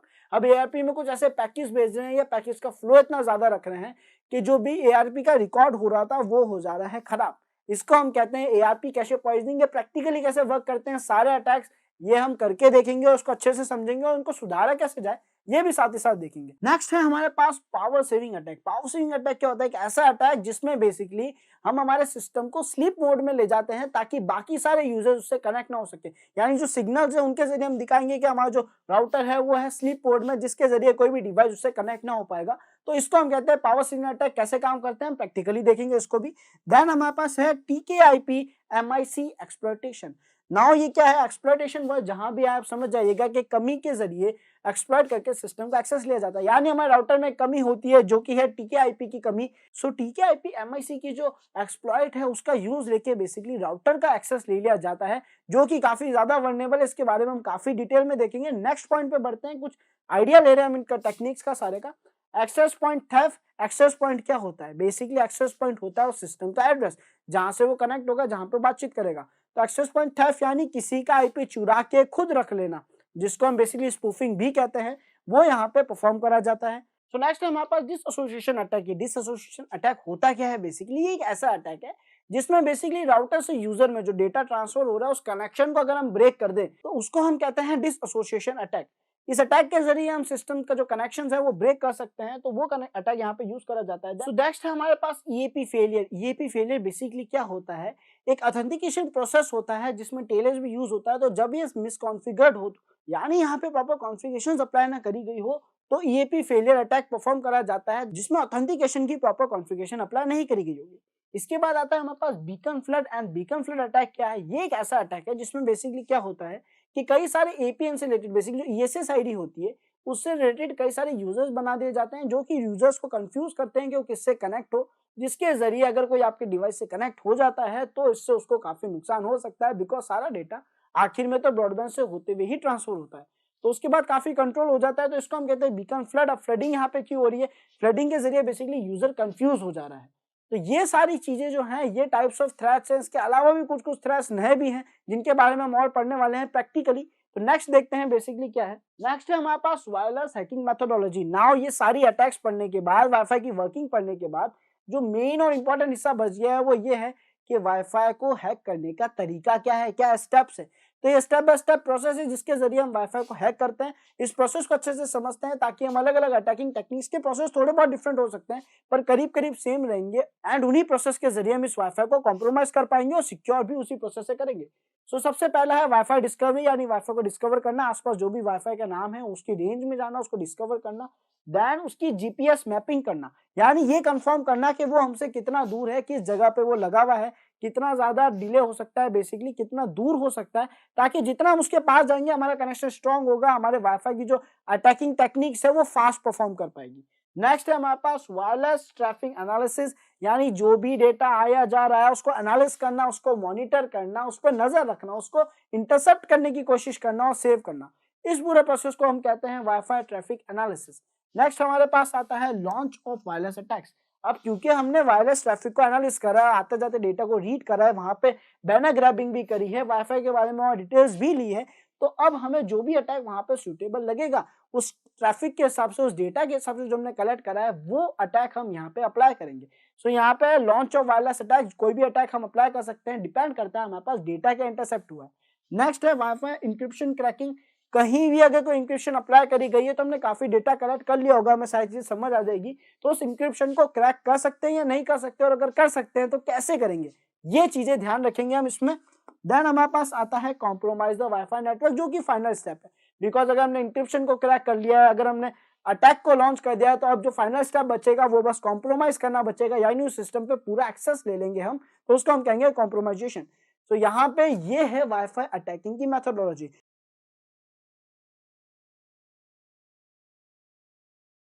इंपॉर्टेंट कॉन्सेप्ट्स ऑफ वाईफाई, यानी यहाँ पे कुछ वाईफाई की इंपॉर्टेंट कॉन्सेप्ट्स और एंटिटीज के बारे में हम पढ़ने वाले हैं, जो कि हमारे कंप्लीट वाईफाई की वल्नरेबिलिटी असेसमेंट और उसके जो प्रोटेक्शन है उसमें यूज आएगी। तो स्टार्ट करते हैं, देखते हैं बेसिकली यहाँ पे हम क्या क्या सीखने वाले हैं। तो सबसे पहला जो हमारा है वो ऑपरेटिंग मोड्स। वाईफाई के अंदर कितने ऑपरेटिंग मोड्स होते हैं और वो ऑपरेटिंग मोड्स क्या काम आते हैं, ये दोनों चीजें आज हम यहाँ पे देखने वाले हैं। तो यहाँ पे हमारे पास दो ऑपरेटिंग मोड्स हैं, जिसमें से पहला है हमारा मॉनिटर मोड एंड दूसरा है मैनेज मोड। अब ये दोनों मोड्स है क्या, बेसिकली जब भी हम एक वाईफाई अडेप्टर को हमारे सिस्टम से कनेक्ट करते हैं, या फिर जो बाय डिफॉल्ट अडेप्टर हमारे सिस्टम में ऐड है, इंस्टॉल्ड है, उसके अंदर जब भी हम IW कॉन्फ़िग यानी वाईफाई डिटेल्स देखते हैं, उन डिटेल्स के अंदर बेसिकली हमें यहाँ पे शो होता है मैनेज मोड। अगर आप मोड देखेंगे तो उसके आगे मैनेज लिखा हुआ होगा, जिसका मतलब क्या है कि ये नॉर्मल यूजर है, ये नॉर्मल सिस्टम से कनेक्ट होने के लिए, हॉटस्पॉट से कनेक्ट होने के लिए बनाई है। बट यहाँ पे ये मॉनिटर मोड क्या है, तो जब भी हम वाईफाई में कुछ एडवांस ऑप्शंस करना चाहते हैं, अब यहाँ पे एक वर्ड आया जैसे मॉनिटर, तो मॉनिटर है क्या बेसिकली पहले ये समझ लेते हैं। अगर हम एक छोटा सा एग्जांपल लें हमारी क्लासेस का, जब स्कूल्स में पढ़ते थे या कॉलेजेस में, तो वहाँ पे एक हेड बॉय यानी एक मॉनिटर हुआ करता था, जो कि ध्यान रखता था सभी बच्चों का कि कौन क्या कर रहा है, वो हर एक्टिविटी पे नजर रखता था। एग्जैक्टली सेम होता है यहाँ पे वाईफाई के अंदर भी। मॉनिटर मोड में जो हमारी वाईफाई स्टिक है, वाईफाई अडेप्टर है, उसके अंदर हम करते क्या है, एक मॉनिटर मोड नाम की सेटिंग होती है जो उसको अप्रूव कर देती है कि वो आसपास का सभी डेटा इंटरसेप्ट कर सके, मॉनिटर कर सके। तो उसी के जरिए बेसिकली हम वाईफाई की काफी हैकिंग जो है वो परफॉर्म करते हैं।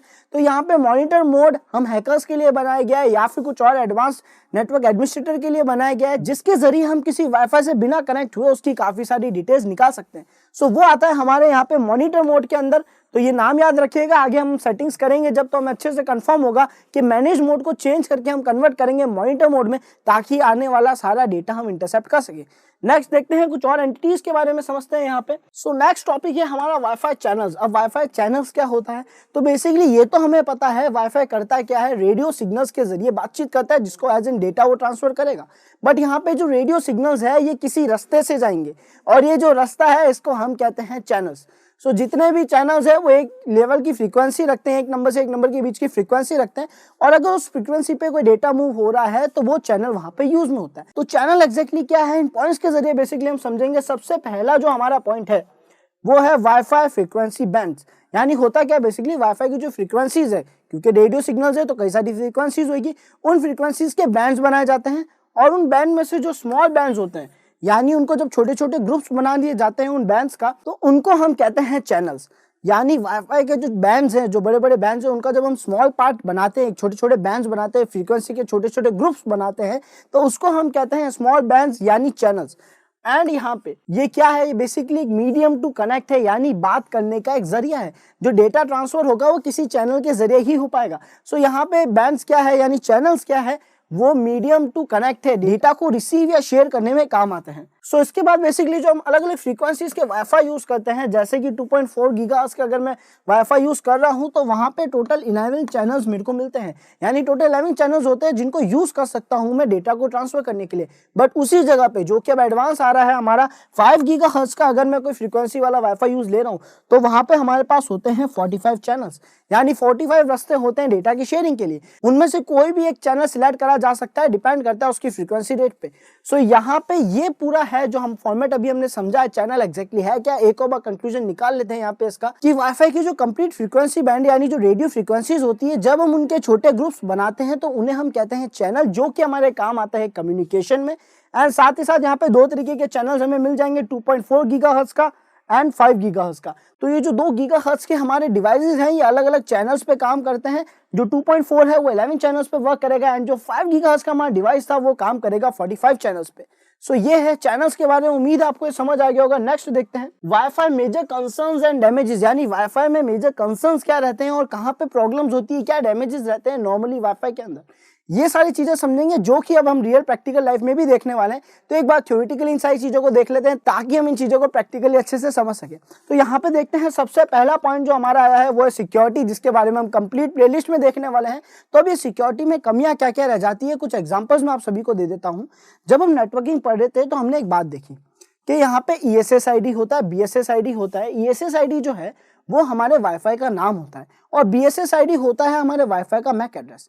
सो अब कोई भी डिवाइस, अगर हमारा एक नॉर्मल एंड्रॉयड डिवाइस किसी वाईफाई से हॉटस्पॉट से कनेक्ट होना चाहता है तो वो कनेक्ट कैसे होता है कि अगर उसके पास उस नाम के वाईफाई का पासवर्ड पहले से सेव है तो वो ऑटो कनेक्ट हो जाता है। और अगर उस सेम नाम का कोई दूसरा हॉटस्पॉट भी चालू हो गया जिसके अंदर सेम पासवर्ड है या फिर पासवर्ड नहीं है तो वो उस डिवाइस से भी कनेक्ट हो जाएगा। यानी ये एंड्रॉयड डिवाइस में कमी है, यानी हमारा जो वाईफाई है जो हॉटस्पॉट से कनेक्ट होता है उसमें कमी है कि वो ऑथेंटिकेशन नहीं लेता अपने कनेक्शन वाले डिवाइस के, अपने होस्ट डिवाइस का कोई भी ऑथेंटिकेशन नहीं लेता है। वो बस नाम चेक करता है, अगर ESSID सेम है तो वो डायरेक्ट कनेक्ट कर देता है। ऐसी ही कई सारी कमियां हमारे वाईफाई डिवाइस के अंदर होती है जो कि उसको सिक्योरिटी लूप होल बना देती है और इन्हीं कमियों की वजह से बेसिकली एक वाईफाई डिवाइस के जरिए काफी नुकसान करा जा सकता है। तो इन कमियों को हम प्रैक्टिकली करके देखेंगे, क्या क्या कमियां हैं उनको सुधारा कैसे जाए, तो ये सब हम प्रैक्टिकली देखेंगे। उम्मीद है आपको सिक्योरिटी वाला जो पॉइंट है वो अच्छे से समझ आ गया होगा। नेक्स्ट देखते हैं हम स्मॉल रेंज। अब वाईफाई में एक और कमी है हमारे की जो रेंज है वो स्मॉल होती है। अगर एक घर में लगा है तो घर से हल्का सा दूर जाते हैं, यानी उस रेंज से बाहर जाते हैं हमारा कनेक्शन क्लोज हो जाता है। रेंज जो है वो काफी छोटी होती है यहाँ पे, एंड यहाँ पे बेसिकली हेल्थ कंसर्न्स रह सकते हैं। ये बेसिकली एक ऐसा पॉइंट है बिकॉज वाईफाई रेडियो सिग्नल्स पे काम करता है तो उससे रिलेटेड कुछ हेल्थ कंसर्न्स रह सकते हैं। इतना ज्यादा अफेक्ट तो नहीं करेंगे बट एक पॉइंट रखना जरूरी था तो इसलिए हमने यहाँ पे इसको ले लिया है। साथ ही साथ लिमिटेड बैंडविड्थ, जैसा कि अभी हमने देखा 2.4 गीगाहर्ट्ज का हो सिस्टम या फिर 5 गीगाहर्ट्ज का हो, जो बैंडविड्थ है वो लिमिटेड है बिकॉज रेडियो फ्रीक्वेंसी जो है वो लिमिटेड है यहाँ पे हमारे पास। तो इस पे हमें थोड़ा ज्यादा फोकस कर रहे हैं। जैसा कि 5 गीगाहर्ट्ज वाले डिवाइस के साथ हम 45 चैनल्स लेके आ गए हैं, ऐसे ही और चैनल्स आते जाएंगे तो डेफिनेटली ये प्रॉब्लम भी जल्दी सॉल्व हो जाएगी। और रही बात स्पीड की, तो हाँ ये एक और मेजर कंसर्न है बेसिकली कि हमारे वाईफाई डिवाइसेस में जो इंटरनेट आता है वो स्लो आता है as compare to Ethernet, as compare to cable, जो कि बहुत ही ऑब्वियस सी बात है कि अगर सिग्नल्स के जरिए कोई डेटा आ रहा है तो स्लो होगा एंड वायर केबल के जरिए कोई डेटा आ रहा है तो फास्ट होगा। तो यहाँ पे इस पे भी अच्छा फोकस करा जा रहा है। काफी अच्छी स्ट्रॉन्ग पावर वाले वाईफाई डिवाइसेस अब हमारे पास आ रहे हैं, टेक्नोलॉजीज हमारे पास आ रही है। तो ये था कंप्लीट वाईफाई का इंट्रोडक्शन जिसके अंदर बेसिकली हमने इसके कुछ इंपॉर्टेंट एंटिटीज और एस्पेक्ट्स के बारे में समझाया। ESSID, BSSID, चैनल और बैंडविड्थ, इन सभी के बारे में समझ गए। अब ये सब समझने के बाद हम कैपेबल हो गए कि हम प्रैक्टिकल वीडियोस की तरफ बढ़ सके।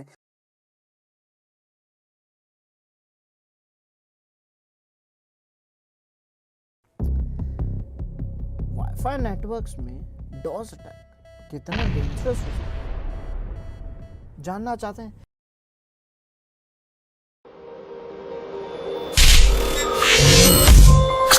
डॉस अटैक ऑन वाईफाई, एक वाईफाई डिवाइस पे डॉस अटैक कैसे परफॉर्म कर सकते हैं। सो यहाँ पे इसके अंदर हम कई सारी चीजें सीखने वाले हैं जिसके अंदर हम देखेंगे what is DoS attack, DOS attack क्या है, हाउ इट वर्क्स, ये कैसे काम करता है, Mac flooding, discovery flooding and D authentication flooding, ये सारे हैं डॉस अटैक्स। तो देखते हैं, बेसिकली स्टार्ट करते हैं पहले पॉइंट के साथ, that what is DoS attack. So आइए देखते हैं डॉस अटैक है क्या। बेसिकली डॉस का फुल फॉर्म होता है students denial of service attack. Denial of service attack एक ऐसा अटैक है जो करता क्या है, बेसिकली इसमें क्या होता है कि अटैकर सिस्टम जो है वो हमारा एक विक्टिम सिस्टम पे इतना ज्यादा डेटा फॉरवर्ड करता है, इतना ज्यादा प्रोसेसिंग बढ़ा देता है बेसिकली कि विक्टिम सिस्टम हो जाता है हैंग, यानी विक्टिम सिस्टम के जो रिसोर्सेस है वो फुल हो जाते हैं और वो अच्छे से परफॉर्म ना करने की वजह से, बिकॉज उसका CPU और उसकी मेमोरी जो है वो कंप्लीट यूटिलाइज होने लग जाती है, तो बाकी प्रोसेसेस करने के लिए उसके पास पावर नहीं बचती और इसी वजह से ये हैंग होके या तो स्विच ऑफ हो जाएगा या करप्ट हो जाएगा। सो इस अटैक को, जिसमें बेसिकली एक अटैकर मशीन एक विक्टिम मशीन पे इतना ज्यादा डेटा जो यहाँ पे फ्लड कर रही है यानी बाहर ला रही है, उसको हम कहते हैं डॉस अटैक। सो अक्सर अगर आपको किसी भी अटैक के आगे फ्लडिंग लिखा हुआ दिख रहा है तो इसका मतलब है कि यहाँ पे हम बात कर रहे हैं डॉस अटैक की ही। इतनी ज्यादा रिक्वेस्ट फॉरवर्ड करी जाए कि जो सिस्टम है वो हैंग हो जाए, इसको हम कहते हैं डॉस अटैक। सो अब डॉस अटैक के अंदर हमारे पास कई सारे अलग अलग डॉस अटैक्स आने वाले हैं, तो एक वाईफाई नेटवर्क में कैसे डॉस अटैक परफॉर्म करा जा सकता है वो हम सीखेंगे यहाँ पे। बेसिकली ये जो हमारा वाईफाई डिवाइस है, इस वाईफाई डिवाइस में एक अटैकर भी होता है, एक विक्टिम भी होता है। अगर अटैकर खूब सारे मैक एड्रेसेस यहाँ पे रिकॉर्ड रखवाए, खूब सारे आईपी एड्रेसेस यहाँ पे भेजे, या फिर इस विक्टिम सिस्टम पे खूब सारे पैकेट्स ट्रांसफर करे, या इस वाईफाई से कनेक्ट होने की हैंडशेक रिक्वेस्ट ही खूब सारी भेज दे, तो ये सारी चीजें कहलाएगी डॉस रिक्वेस्ट। किसी भी पैकेट को ज्यादा क्वांटिटी में या ज्यादा साइज में अगर हम भेजें तो वहां पे परफॉर्म होता है हमारा डॉस अटैक। तो आइए देखते हैं सबसे पहला डॉस अटैक में हम क्या करने वाले हैं। सबसे पहला डॉस अटैक है मैक फ्लडिंग का। मैक फ्लडिंग क्या होती है? बेसिकली मैक का फुल फॉर्म है मीडिया एक्सेस कंट्रोल एड्रेस, यानी हमारा मैक एड्रेस जिसके बारे में हम ये कहते हैं चेंज नहीं होगा। ये जो मैक एड्रेस है अगर मैं लगातार अपडेट कराता जाऊं हमारे राउटर की इस टेबल में जहां पे ये रिकॉर्ड रखता है कि कौन सी आईपी कौन से मैक एड्रेस के पास है, अगर मैं इस प्रोसेस को कंटिन्यूसली करवाता जाऊं, यानी यहाँ पे खूब सारे मैक एड्रेसेस रिकॉर्ड करवा दूं, जिसकी वजह से क्या होगा, ये जो हमारे वाईफाई डिवाइस की टेबल है ये हो जाएगी फुल, एंड फुल होने की वजह से अब ये किसी और को रजिस्टर नहीं कर पाएगी। तो ये है बेसिकली हमारा डॉस अटैक। तो अब देखते हैं इसको प्रैक्टिकली इंप्लीमेंट करने के लिए हम चलेंगे हमारी काली मशीन पे, एंड काली मशीन पे जाने के बाद यहाँ पे मैंने टर्मिनल ओपन कर दिया। इसकी डिस्प्ले हम थोड़ी जूम कर लेते हैं ताकि आप सभी को डिस्प्ले क्लियरली विजिबल हो। सो यहाँ पे अब हमें क्या करना है, यहाँ पे अभी हम एक कमांड ट्राई करेंगे, और अगर वो टूल हमारे पास इंस्टॉल नहीं हुआ तो पहले हम उसके इंस्टॉलेशन पे वर्क करेंगे। कमांड है हमारा मैक ऑफ। मैक ऑफ ये ऐसा टूल है जिसके जरिए हम मैक एड्रेस की फ्लडिंग यहाँ पे बहुत इजीली अप्लाई कर सकते हैं। बट अगर यहाँ पे आपको रेडी शो हो रहा हो, इसका मतलब है किसी टूल के इंस्टॉलिंग करने का प्रोसेस आपका अधूरा रह गया होगा। तो जैसे आप एंटर प्रेस करेंगे ये आपको सजेस्ट कर देगा कि आपको डीएनएस स्निफ या एक टूल है जो इंस्टॉल करना पड़ेगा। तो आपको एपीटी इंस्टॉल एंड देन उस टूल का नाम लिख के आप उसको इंस्टॉल कर लेंगे। उसके बाद आपका जो मैक ऑफ है वो वर्क करने लग जाएगा। मैक ऑफ कैसे काम करता है, क्या काम करता है, ये भेजता है खूब सारे मैक एड्रेस किसी भी सिस्टम पे, जिसको हम कहेंगे मैक फ्लडिंग, और इसकी वजह से जो हमारा राउटर है उसकी टेबल फुल हो जाएगी, वो मिसबिहेव करना स्टार्ट हो जाएगा। तो ये जो डॉस अटैक है यानी मैक एड्रेस का डॉस अटैक जो है वो परफॉर्म करने के लिए हमें इस टूल की जरूरत है। अगर इसके बारे में और समझना है हमें तो बहुत ही यूजर सी चीज है कि हम यहाँ पे लिखेंगे Mac of dash dash help and enter press करेंगे। तो यहाँ हम देख सकते हैं dash S for source, dash D for destination, dash E, dash x, dash Y, और यहाँ पे कई सारी चीजें शो कर रहा है हमारे लिए क्या क्या काम का है। तो पहले तो हम लिखते हैं यहाँ पे Mac of, then space, then dash I लिखेंगे हम, जिसका मतलब है इंटरफेस। सो आई में हम बताएंगे बेसिकली कि हम किस इंटरफेस के जरिए मैक फ्लडिंग को परफॉर्म करने वाले हैं। अब क्योंकि ये वाईफाई की मैक फ्लडिंग है तो यहाँ पे मैं यूज लेने वाला हूँ एक वाईफाई अडेप्टर, और इस वाईफाई अडेप्टर को मैं कनेक्ट करूंगा मेरे सिस्टम में, और कनेक्ट करने के बाद जैसे ही मुझसे यहाँ पे परमिशन मांगी जाएगी इस डिवाइस को कनेक्ट करने के लिए, तो मैं उसको अप्रूव कर दूंगा, और उसके बाद बेसिकली मैं यहाँ पे यूज लूंगा। यहाँ पे परमिशन मांग रही है, मैं डिवाइस को सिलेक्ट करा ओके, एंड देन यहाँ पे जो मेरी वाईफाई स्टिक की परमिशन थी वो मैंने मेरे काली मशीन को दे दी है, वर्चुअल मशीन को दे दी है, ताकि वो उसमें कनेक्ट हो जाए। तो अब बेसिकली मैं यहाँ पे वाईफाई स्टिक के जरिए मैक फ्लडिंग जो है वो परफॉर्म कर सकता हूँ। उससे पहले यहाँ पे मैं न्यू टैब ओपन कर लूंगा, एंड न्यू टैब ओपन करने के बाद जूम कर लेते हैं इसको थोड़ा हम, एंड यहाँ पे हम लिखेंगे IF कॉन्फिग, ताकि हम कंफर्म कर ले कि हमारी वाईफाई स्टिक ऐड हो गई है या नहीं। तो आप देख सकते हैं यहाँ पे LAN 0 यानी WLAN 0 लिखा हुआ है, जिसका मतलब है वायरलेस लोकल एरिया नेटवर्क। तो हमारी वाईफाई स्टिक ऐड हो चुकी है, और कंफर्म अगर आपको करना है तो IW कॉन्फिग लिख के आप और अच्छे से कंफर्म कर सकते हैं। तो यहाँ पे मैं देख पा रहा हूँ कि WLAN 0 जो है कनेक्टेड है, ये इसकी सारी सेटिंग्स है। तो अब मेरे को वाईफाई स्टिक तो ऐड हो गई है, उसके जरिए अटैक करना है वो भी मैक फ्लडिंग का।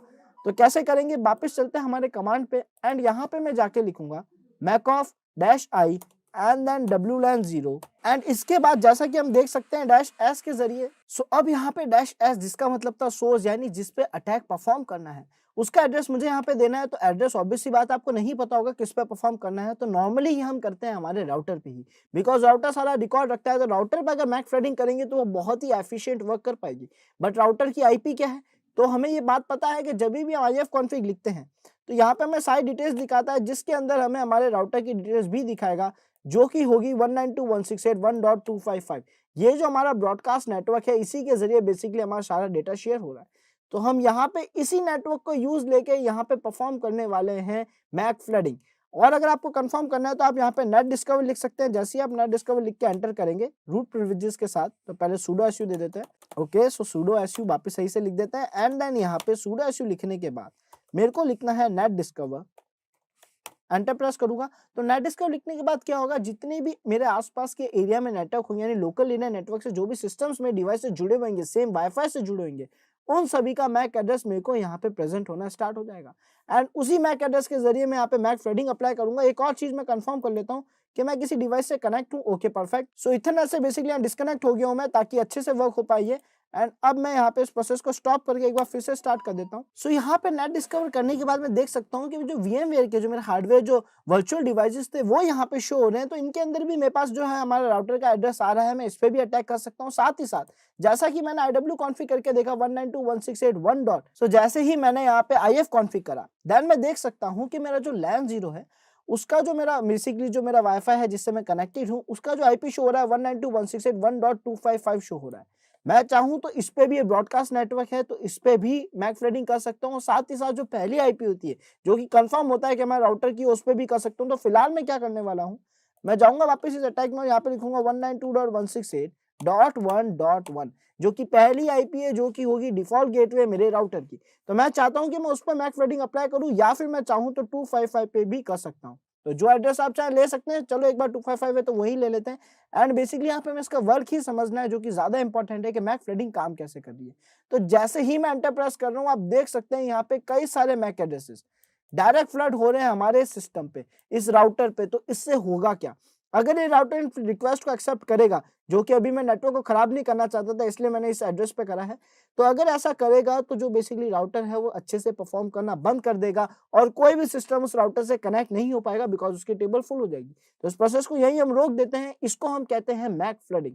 सो स्टूडेंट्स, दूसरा अटैक अब जो हम यहाँ पे परफॉर्म करने वाले हैं वो है डिस्कवर फ्लडिंग। ये क्या है, ये बेसिकली डिस्कवरी नेटवर्क्स होते हैं जो ARP पैकेज बार बार भेजते हैं ये डिस्कवर करने के लिए कि कितने नेटवर्क जुड़े हुए हैं और कितने नहीं जुड़े हुए। तो अगर इस ARP की फ्लडिंग करनी है तो ये डिस्कवरी फ्लडिंग यहाँ पे यूज आएगी और इसको करने के लिए हमें एक टूल की जरूरत पड़ेगी जो कि है यर्सनाया। यानी इसको कैसे यूज करेंगे, इसका नेम थोड़ा अजीब है, यर्सनाया। तो बेसिकली देखते हैं इसको यूज कैसे करेंगे। हम यहाँ पे लिखेंगे YRSINIA। सो अगर ये आपके पास इंस्टॉल नहीं है तो हम लिखेंगे apt get install यर्सनाया।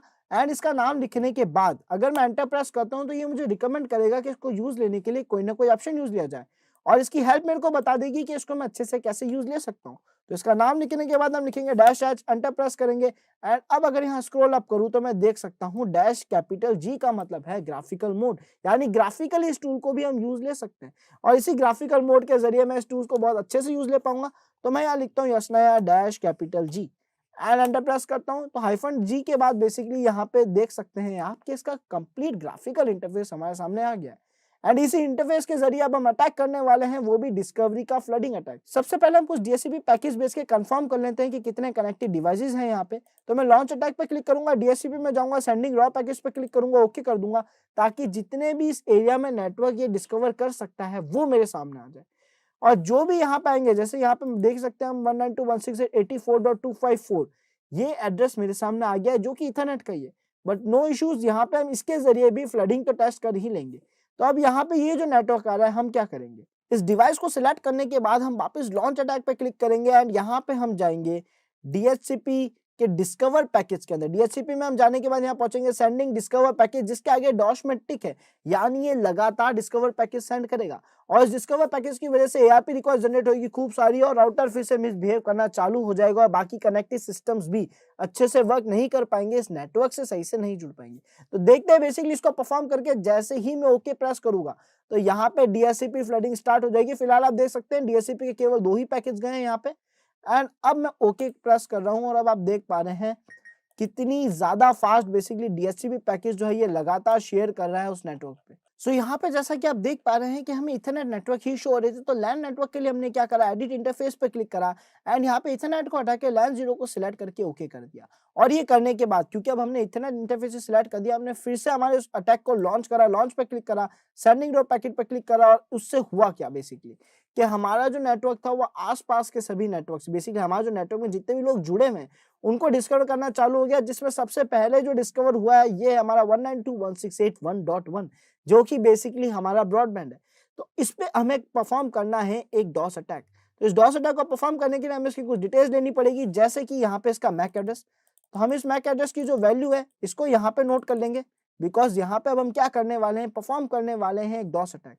तो इस पर क्लिक करना, लॉन्च अटैक पे क्लिक करेंगे एंड यहाँ पे जो हमारा DHCP की डिस्कवरी पैकेज है यानी कनेक्शन रिक्वेस्ट के पैकेज वो हम यहाँ पे टिक करेंगे और जैसे ही हम अटैक स्टार्ट करेंगे तो हमारे राउटर पे पहुंचने लग जाएगा कई सारे ARP request, connection request, discovery package request, जिसके जरिए राउटर फिर से मिसबिहेव करेगा और कनेक्टेड सिस्टम्स भी सही से कनेक्ट नहीं हो पाएंगे, इंटरनेट यूज नहीं कर पाएंगे।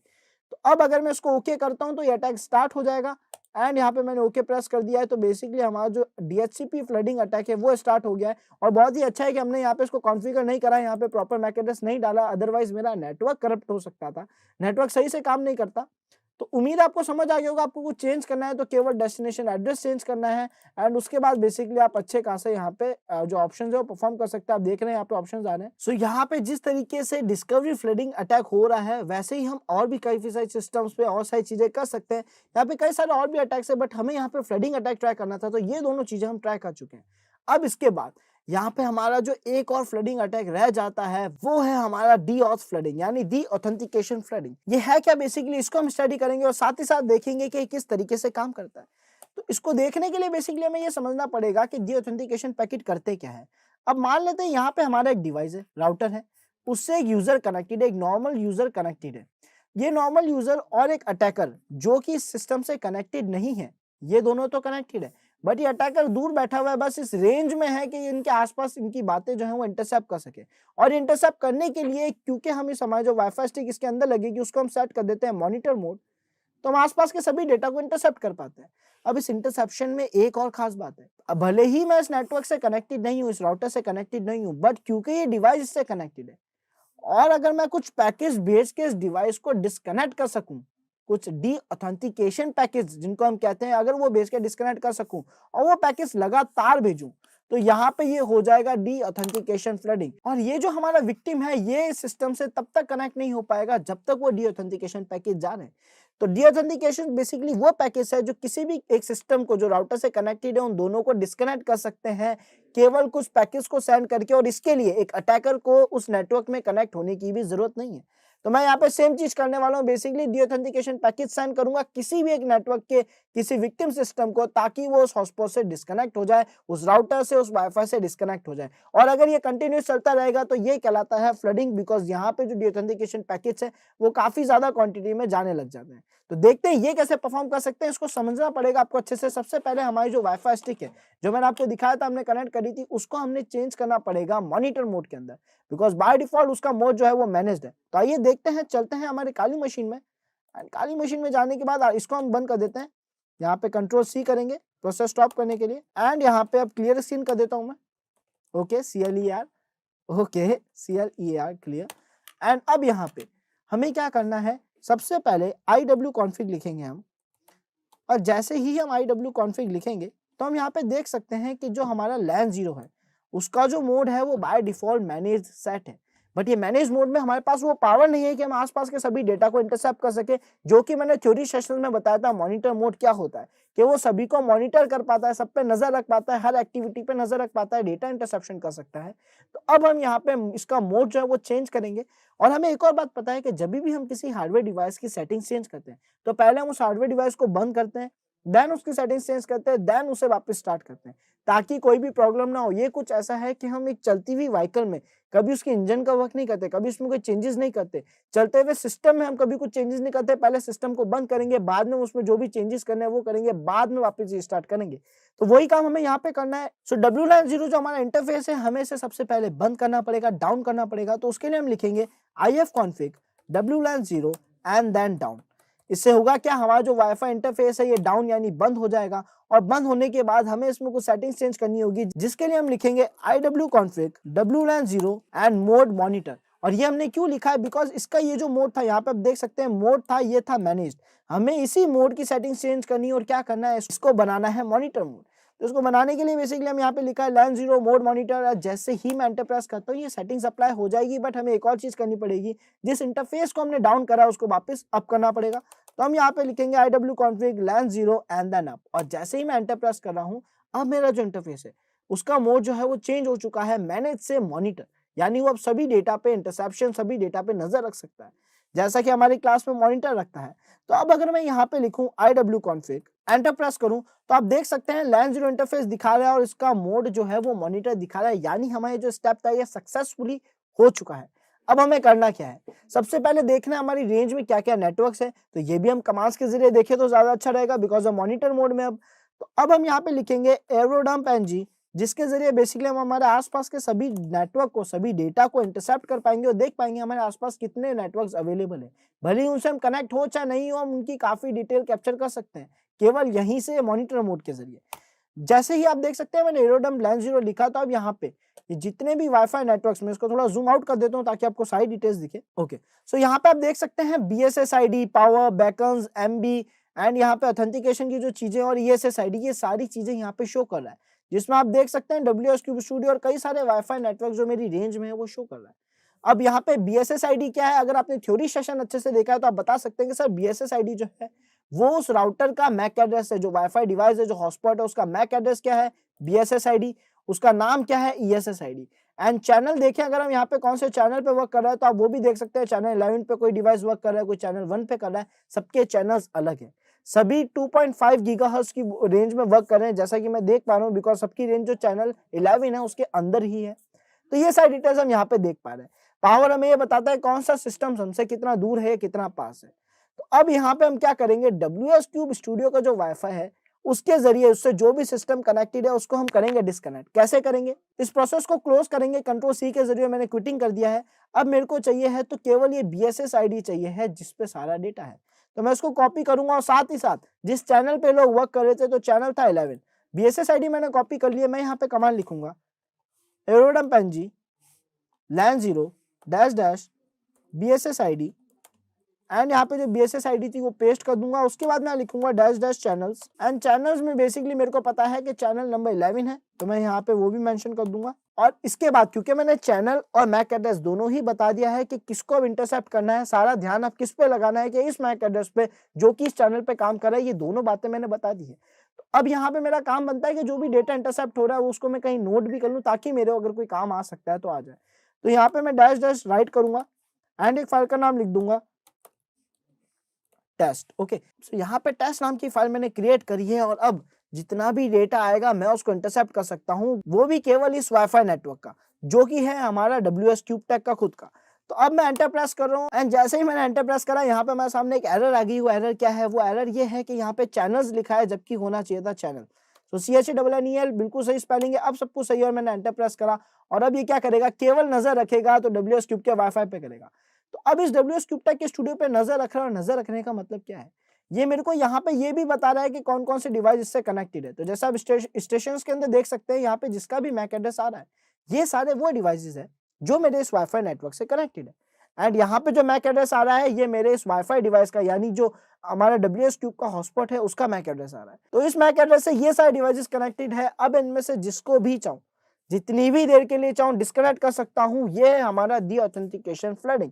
कैसे करेंगे इसको करने के लिए हम न्यू टैब में जाते हैं, यहाँ पे डिस्प्ले क्लियर कर देते हैं ताकि आपको क्लियरली विजिबल हो। थोड़ा सा जूम कर लेते हैं और अब यहाँ पे मैं जो सॉफ्टवेयर का यूज लेने वाला हूँ वो है एयरप्ले NG। ओके, सो एयरप्ले -NG लिखने के बाद यहाँ पे ये पूरा कमांड है, इसमें थोड़े से चेंजेस हमें करने पड़ेंगे। एयरप्ले NG के बाद मैंने लिखा -- जिसका मतलब था डी ऑथेंटिकेशन पैकेज, और यहाँ पे मैंने नंबर्स में लिखा है कि कितने पैकेज भेजने हैं, 100, यानी टोटल 100 पैकेज जाएंगे और जब तक ये 100 पैकेज जा रहे हैं तब तक जो विक्टिम सिस्टम है वो हॉटस्पॉट से कनेक्ट नहीं हो पाएगा। और आप ध्यान रखिए, अगर आपको याद हो तो मैं अभी तक WS क्यूब का जो वाईफाई उससे कनेक्टेड नहीं हूँ, यानी बिना कनेक्ट हुए मैं उसके किसी भी यूजर को डिस्कनेक्ट कर सकता हूँ। और साथ ही साथ यहाँ पे -A और -C के अंदर मैं क्या मेंशन करूंगा, -A में मैं मेंशन करूंगा किससे डिस्कनेक्ट करना है, यानी हॉटस्पॉट का WS क्यूब का मैक एड्रेस, और -C के अंदर मैं मेंशन करूंगा किसको डिस्कनेक्ट करना है, यानी यूजर का मैक एड्रेस। तो देखते हैं बेसिकली कितनी डिटेल सही है हमारे पास। यहाँ देख सकते हैं हम 7C/C5 जो है ये हमारे WS क्यूब का वाईफाई है, तो यहाँ पे इसको हमें चेंज करना पड़ेगा। तो यहाँ पे मैं इसको डिलीट करता हूँ एंड ओके, एंड हम यहाँ पे आएंगे और इस मैक एड्रेस को यहाँ से हटा के यहाँ पे हम डाल देते हैं हमारे WS क्यूब का मैक एड्रेस, यानी इस पर्सन से डिस्कनेक्ट करना है और किसको डिस्कनेक्ट करना है, क्लाइंट का नाम जो है वो हम यहाँ पे डाल देंगे। सो यहाँ पे हम चलते हैं और जो हमारा क्लाइंट है इनमें से किसी भी एक क्लाइंट को हम सिलेक्ट कर देंगे।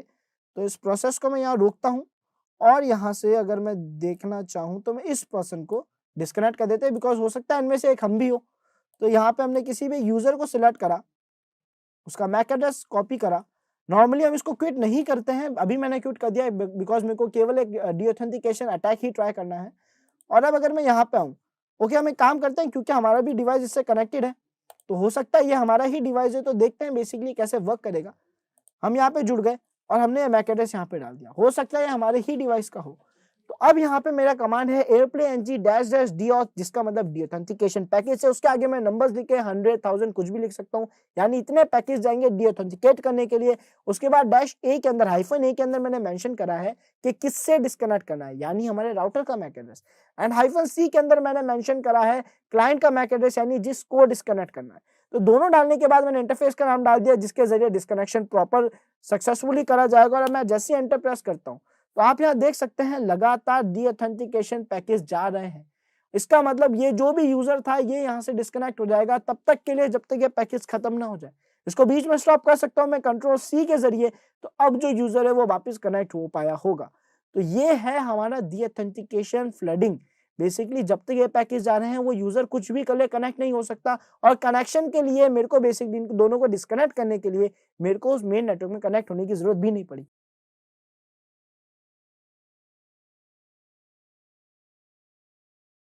क्या आप जानना चाहते हैं कि हमारे आसपास सराउंडिंग्स में जो वाईफाई नेटवर्क्स हैं उनका पासवर्ड कैसे क्रैक करा जाता है और उसे सिक्योर कैसे करा जाता है?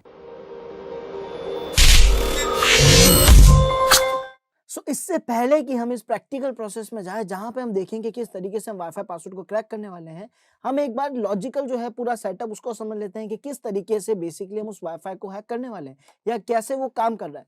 तो आइए इस चीज को अच्छे से समझते हैं। यहाँ पे आप सभी देखिएगा एक बार कि ये है हमारा राउटर जिससे बेसिकली हम कनेक्ट होने वाले हैं। अब यहाँ पे कुछ डिवाइसेस हैं जो इससे ऑलरेडी कनेक्टेड है।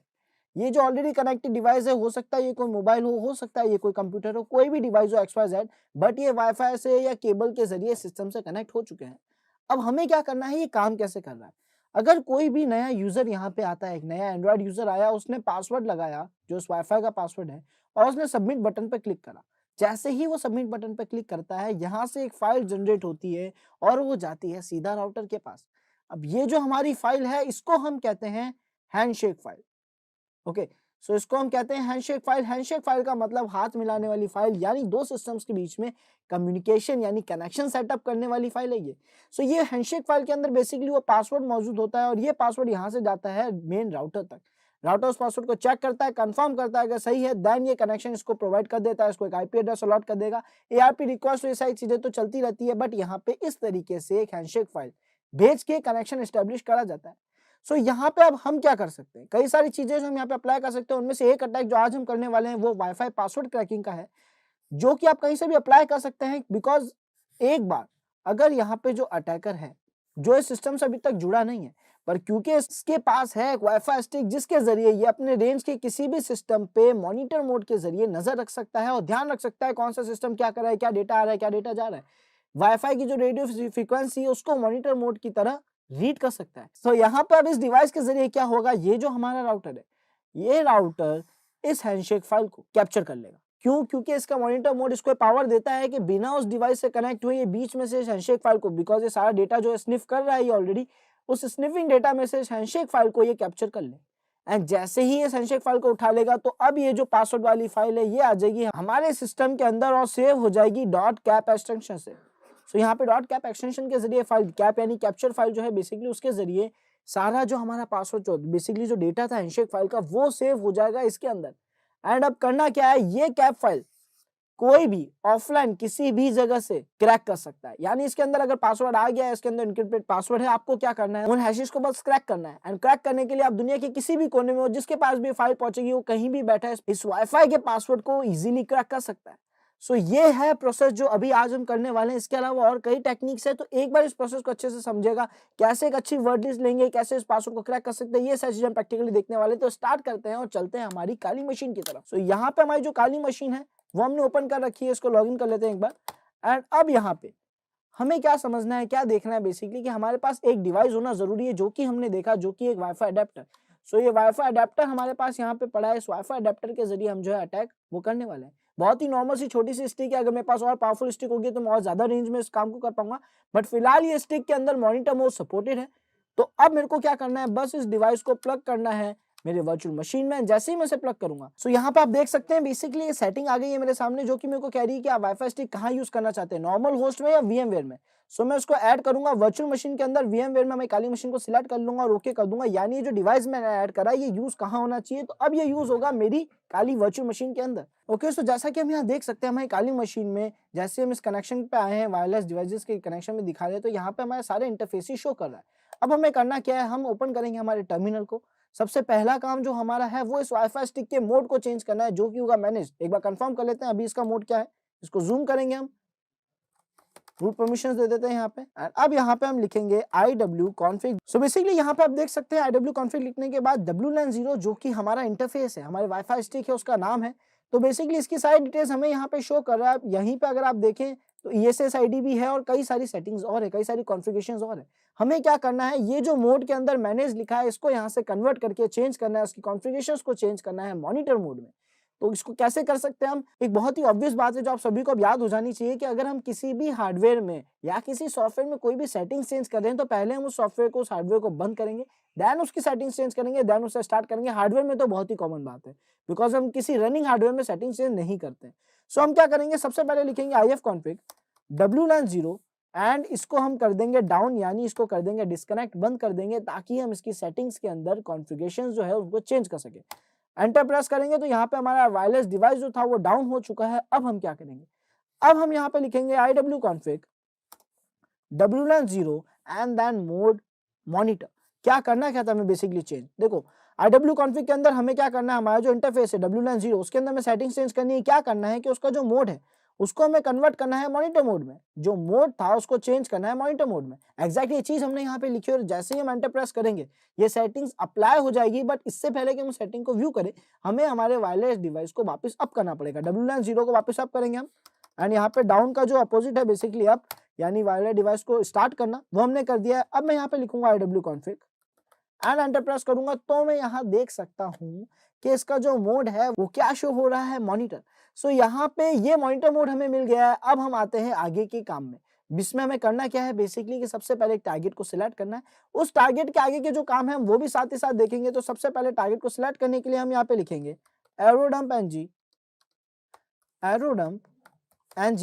एंड देन WLAN 0, यानी हमें बस एक सॉफ्टवेयर का नाम जो कि aerodump ng एक पैकेज है उसका नाम लिखना है और इंटरफेस का नाम लिखना है कि इसके जरिए हम सारे आसपास के वाईफाई नेटवर्क्स को देख पाएंगे।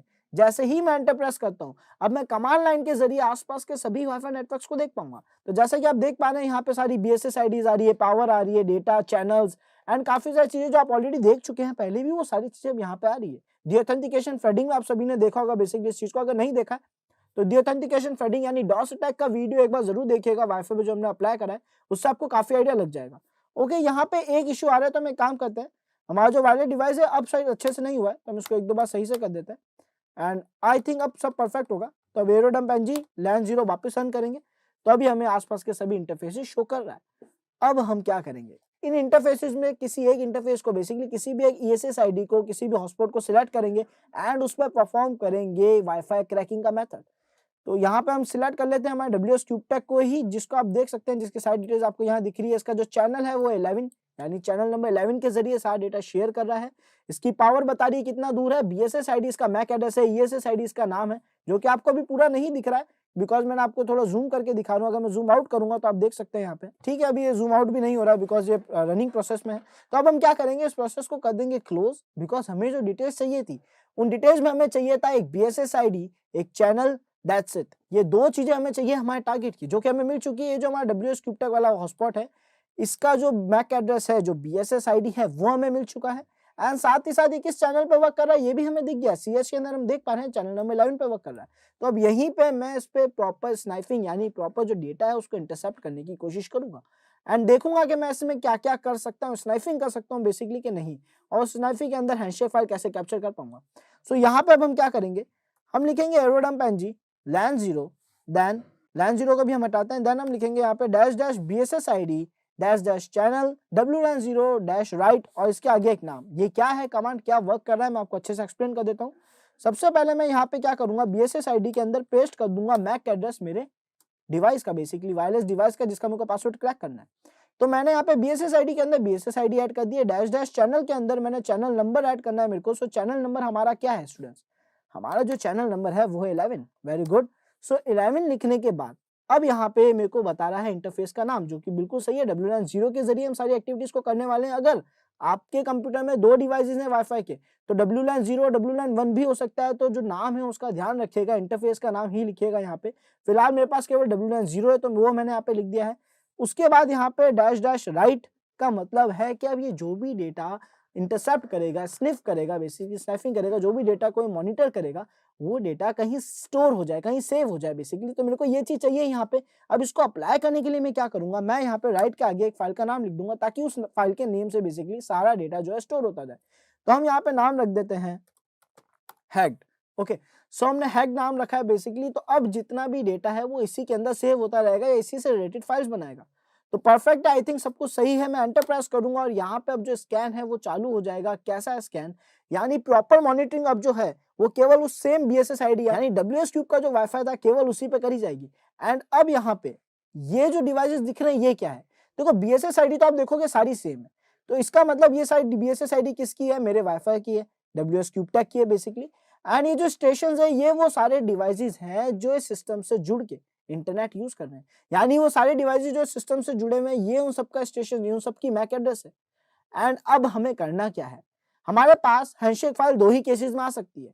जब कोई नया यूजर जुड़ रहा हो, या फिर अगर किसी पुराने यूजर को हम डिस्कनेक्ट करें कुछ देर के लिए और वो वापस कनेक्ट होने के लिए ऑटोमेटिकली हैंडशेक फाइल भेजेगा ही भेजेगा। बिकॉज हैंडशेक फाइल क्या होती है, हमारे डिवाइस में सेव हो जाती है, और जब भी हम उस वाईफाई रेंज में वापस जाते हैं ऑटोमेटिकली वो पासवर्ड चला जाता है, वापस वाईफाई में अप्लाई होने हम ऑटो कनेक्ट हो जाते हैं। तो इस ऑटो कनेक्ट की ये जो फंक्शन है, जो कि यहाँ पे एक वल्नरेबिलिटी बन जाएगा, उसी की मदद से हमें हैंडशेक फाइल कैप्चर होगी। और ध्यान रखिएगा जैसे ही हमें हैंडशेक फाइल मिलेगी वो हैंडशेक फाइल यहाँ पे शो होगी। सो ये जो एरिया है यहाँ पे हमें हैंडशेक फाइल शो हो जाएगी, लिखा हुआ आएगा हैंडशेक कैप्चर समथिंग लिखा हुआ मिल जाएगा आपको, जिससे आपको कंफर्म हो जाएगा कि जो पासवर्ड फाइल थी वो आपने कैप्चर कर ली है। तो अब हमें करना क्या है, केवल किसी एक यूजर को डिस्कनेक्ट करना है ताकि उसकी हैंडशेक फाइल हम कैप्चर कर सके। तो हम यहाँ पे एक न्यू टैब ओपन करेंगे एंड इस न्यू टैब को हम पहले जूम कर लेते हैं ताकि आप सभी को क्लियरली विजिबल हो। ये sudo su दे देंगे, रूट प्रिविलेजेस दे देते हैं इसको। एंड अब हमें क्या करना है, किसी एक यूजर को डिस्कनेक्ट करना है। तो उसके लिए हम यूज लेंगे एक और पैकेज जो कि हम पहले भी डी ऑथेंटिकेशन फ्लडिंग जो था उसमें यूज ले चुके हैं, जो कि एयरप्ले ng-g-auth एंड देन उसके आगे नंबर, उसके आगे कुछ और डिटेल्स भी है। इसको एक और बार एक्सप्लेन कर देता हूं मैं। एयरप्ले ng एक ऐसा पैकेज है जिसके जरिए हम कुछ और पैकेज भेज सकते हैं, कुछ और data transfer, basically wifi hacking और क्रैकिंग से रिलेटेड कुछ काम ये कर देगा हमारे लिए। तो यहाँ पे फिलहाल हम -d-auth पैकेज भेज रहे हैं। d-auth क्या है, डी ऑथेंटिकेशन, किसी भी यूजर को डिस्कनेक्ट करने के पैकेज कितने भेजने हैं वो मैंने इसके आगे बता दिया, 100। यानी जब तक 100 पैकेज जा रहे हैं तब तक वो यूजर उस सिस्टम से कनेक्ट नहीं हो पाएगा। और ये करने के लिए मुझे उस वाईफाई से कनेक्ट होने की जरूरत नहीं है, ये सबसे खास बात है इसकी। उसके बाद यहाँ पे -a ऑप्शन है जिसके अंदर बेसिकली मैं बता रहा हूँ हमारे किस, जो बेसिकली हमारा मेन वाईफाई है, जो हॉटस्पॉट है WS क्यूब टेक का, उसका मैक एड्रेस, यानी किस यूजर से किसको डिस्कनेक्ट करना है वो हम यहाँ पे बताते हैं। तो जो मेन यूजर है जो WS क्यूब टेक का हॉटस्पॉट है उसका मैक एड्रेस मैं -a ऑप्शन के अंदर दूंगा, -a ऑप्शन के अंदर दूंगा, एंड देन -c जो है जो क्लाइंट है इसके अंदर मैं दूंगा उस यूजर का नाम जिसको डिस्कनेक्ट करना है। यानी हॉटस्पॉट से हमें जिस यूजर को डिस्कनेक्ट करना है उसका नाम मैं दूंगा -c के अंदर। सो -c के अंदर मेरे को एक मैक एड्रेस मेंशन करना पड़ेगा जिस यूजर को मुझे डिस्कनेक्ट करना है उसका, जो कि अभी हमारे पास नहीं है। और उसके बाद मैंने इंटरफेस का नाम बताया, बस WLAN 0 के इसके जरिए मैं एक्टिविटी करनी है। तो पहले में -c के अंदर का जो मैक एड्रेस था वो हटा रहा हूँ, -a के अंदर मैक एड्रेस पहले मैं कंफर्म करूंगा मेरे उसी सेम राउटर का है कि नहीं है। तो हम पीछे चलते हैं और यहाँ पे हम देख सकते हैं 5c-c5। तो देखते हैं यहाँ पे, तो ये मैक एड्रेस भी गलत है। तो हमें क्या करना होगा, बेसिकली इसको हम हटाएंगे यहाँ से, एंड हमारा जो वाईफाई जो हॉटस्पॉट है WS क्यूब टेक का जिसको हम क्रैक करने वाले हैं उसका मैक एड्रेस यहाँ पे पेस्ट कर देंगे। सो वो हम यहाँ पे पेस्ट कर दिया। अब हमें चाहिए क्लाइंट का जिसको हमें डिस्कनेक्ट करना है ताकि वो वापस कनेक्ट होने के लिए हैंडशेक फाइल भेजे और हम उसे रास्ते में कैप्चर कर लें। तो उसके लिए यहाँ पे हम किसी भी यूजर को सिलेक्ट कर सकते हैं। तो हम करते हैं यहाँ पे उस यूजर को जिसमें फ्रेम ज्यादा मूव हो रही है, तो यहाँ पे okay perfect. So let's see ये 64 जो बेसिकली हमने सिलेक्ट करा ये वर्किंग करेगा कि नहीं करेगा। एंड इसको कॉपी पेस्ट करना थोड़ा टिपिकल हो सकता है आप लोगों के लिए, जैसे अभी नहीं हुआ है, बिकॉज वर्किंग प्रोसेस में क्या है आप सिलेक्ट नहीं कर पाते। तो आपके पास 2 ऑप्शन होंगे, या तो क्लोज करें जो कि हम कर नहीं सकते, तो हमें वहां से देख देख के यहाँ पे नोट डाउन करना पड़ सकता है। बट एक कोशिश कर लेते हैं हम, अगर मैं थोड़ा फास्ट निकला और इंस्टेंट एक्शन में मैंने उसको रिकॉर्ड कर लिया देन हमारा काम हो सकता है। ओके लेट्स ट्राई, अगर हुआ है तो ओके। सो यहाँ पे अप्लाई नहीं हुआ है तो हम एक काम करते हैं, इसको मैन्युअली राइट डाउन कर लेते हैं बेसिकली क्या था वो। तो यहाँ पे हम देख लेते हैं हमारा जो मैक एड्रेस स्टार्ट हो रहा है वो है 6479F0 6479F0। ओके, सो कहाँ गया? ओके, वो यूजर ही डिस्कनेक्ट हो गया है। सो बेसिकली जिस यूजर को हम अटैक करने वाले तो यूजर डिस्कनेक्ट हो गया। दूसरा यूजर उठा लेते हैं हम यहाँ पे। तो दूसरा यूजर हम ले लेंगे यहाँ पे 1007B6। ओके, सो 1007B6 यहाँ पे राइट डाउन करते हैं हम 1007B6। इसके आगे के नंबर्स देखते हैं। Basically 1007B6 A07ACC perfect. क्या मैंने बिल्कुल सही मैक एड्रेस लिखा है? एक बार कंफर्म कर लेते हैं। 1007B6 A07ACC 1007B6 A07ACC बिल्कुल परफेक्ट मैक एड्रेस हमने यहाँ पे नोट डाउन कर लिया है। इसके अलावा हमें कोई डिटेल नहीं चाहिए इस यूजर से। इस यूजर को हमें डिस्कनेक्ट करना है। सो ये हमने यहाँ पे मेंशन कर दिया। एंड अब जैसे ही मैं एंटर प्रेस करूंगा दी ऑथेंटिकेशन पैकेज आने चालू हो जाएंगे। और अगर मैं यहाँ के देखूं तो यूजर डिस्कनेक्ट हो गया और अब ये यहाँ पे जो हैंडशेक फाइल है वो इस सिस्टम को भेज देगा। एंड जो हैंडशेक फाइल है वो हमारे पास कैप्चर हो जाएगी। सो हम एक काम करते हैं, इस प्रोसेस को रोकते हैं ताकि फिर से कनेक्ट होने की कोशिश करो। रोकने के लिए आप Ctrl+C का यूज ले सकते हैं जो कि किसी भी कंटिन्यूस चलते प्रोसेस को रोक सकता है।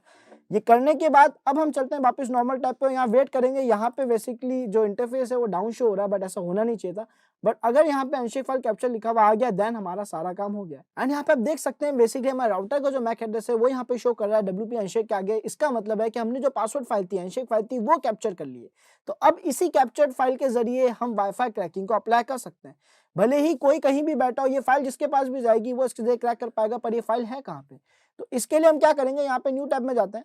एंड जैसे ही मैं ls करूंगा तो आप देख सकते हैं बेसिकली सेम फोल्डर में जहाँ पे मैंने हैंडशेक स्टार्ट करा था, जहाँ पे मैंने अपना प्रोसेस स्टार्ट करा था, वहां पे अगर मैं देखूं तो hacked02 नाम से जो फाइल है, जिसके अंदर कैप फाइल जो है वो सबसे इंपॉर्टेंट है। जैसा कि मैंने बताया था स्टार्टिंग में ही कि जो .cap फाइल है इसके अंदर स्टोर होता है हमारा मेन पासवर्ड। सो अब इसी कैप फाइल के अंदर हमारा पासवर्ड है और इसको हमें करना है क्रैक।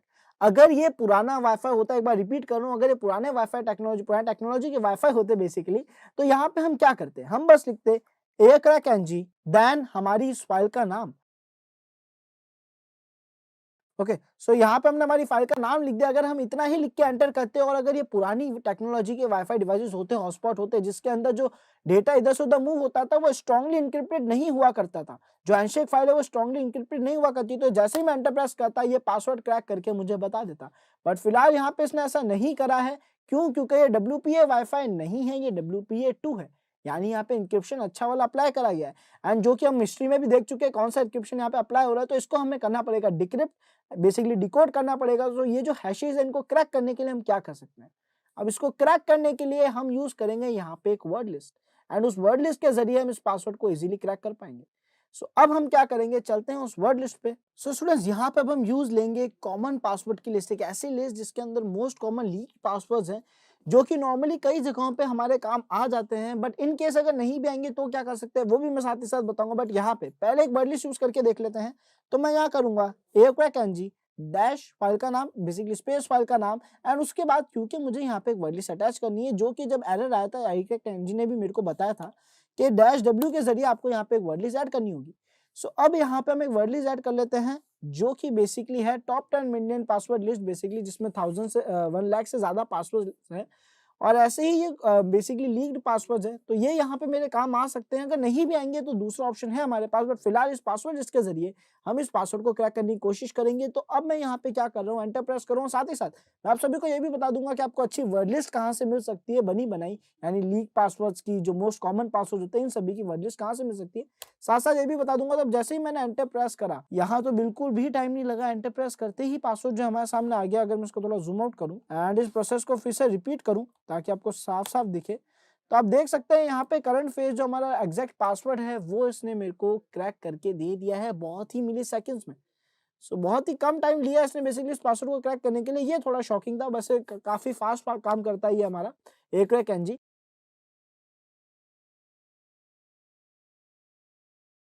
क्या आपको पता है कि हैकर बहुत ही इजीली जो आपकी प्राइवेट आईपी है वो खुद रख सकता है, यानी आपकी आईपी चुरा के अपनी आईपी बना सकता है उसे। जानना चाहते हैं ये कैसे पॉसिबल है?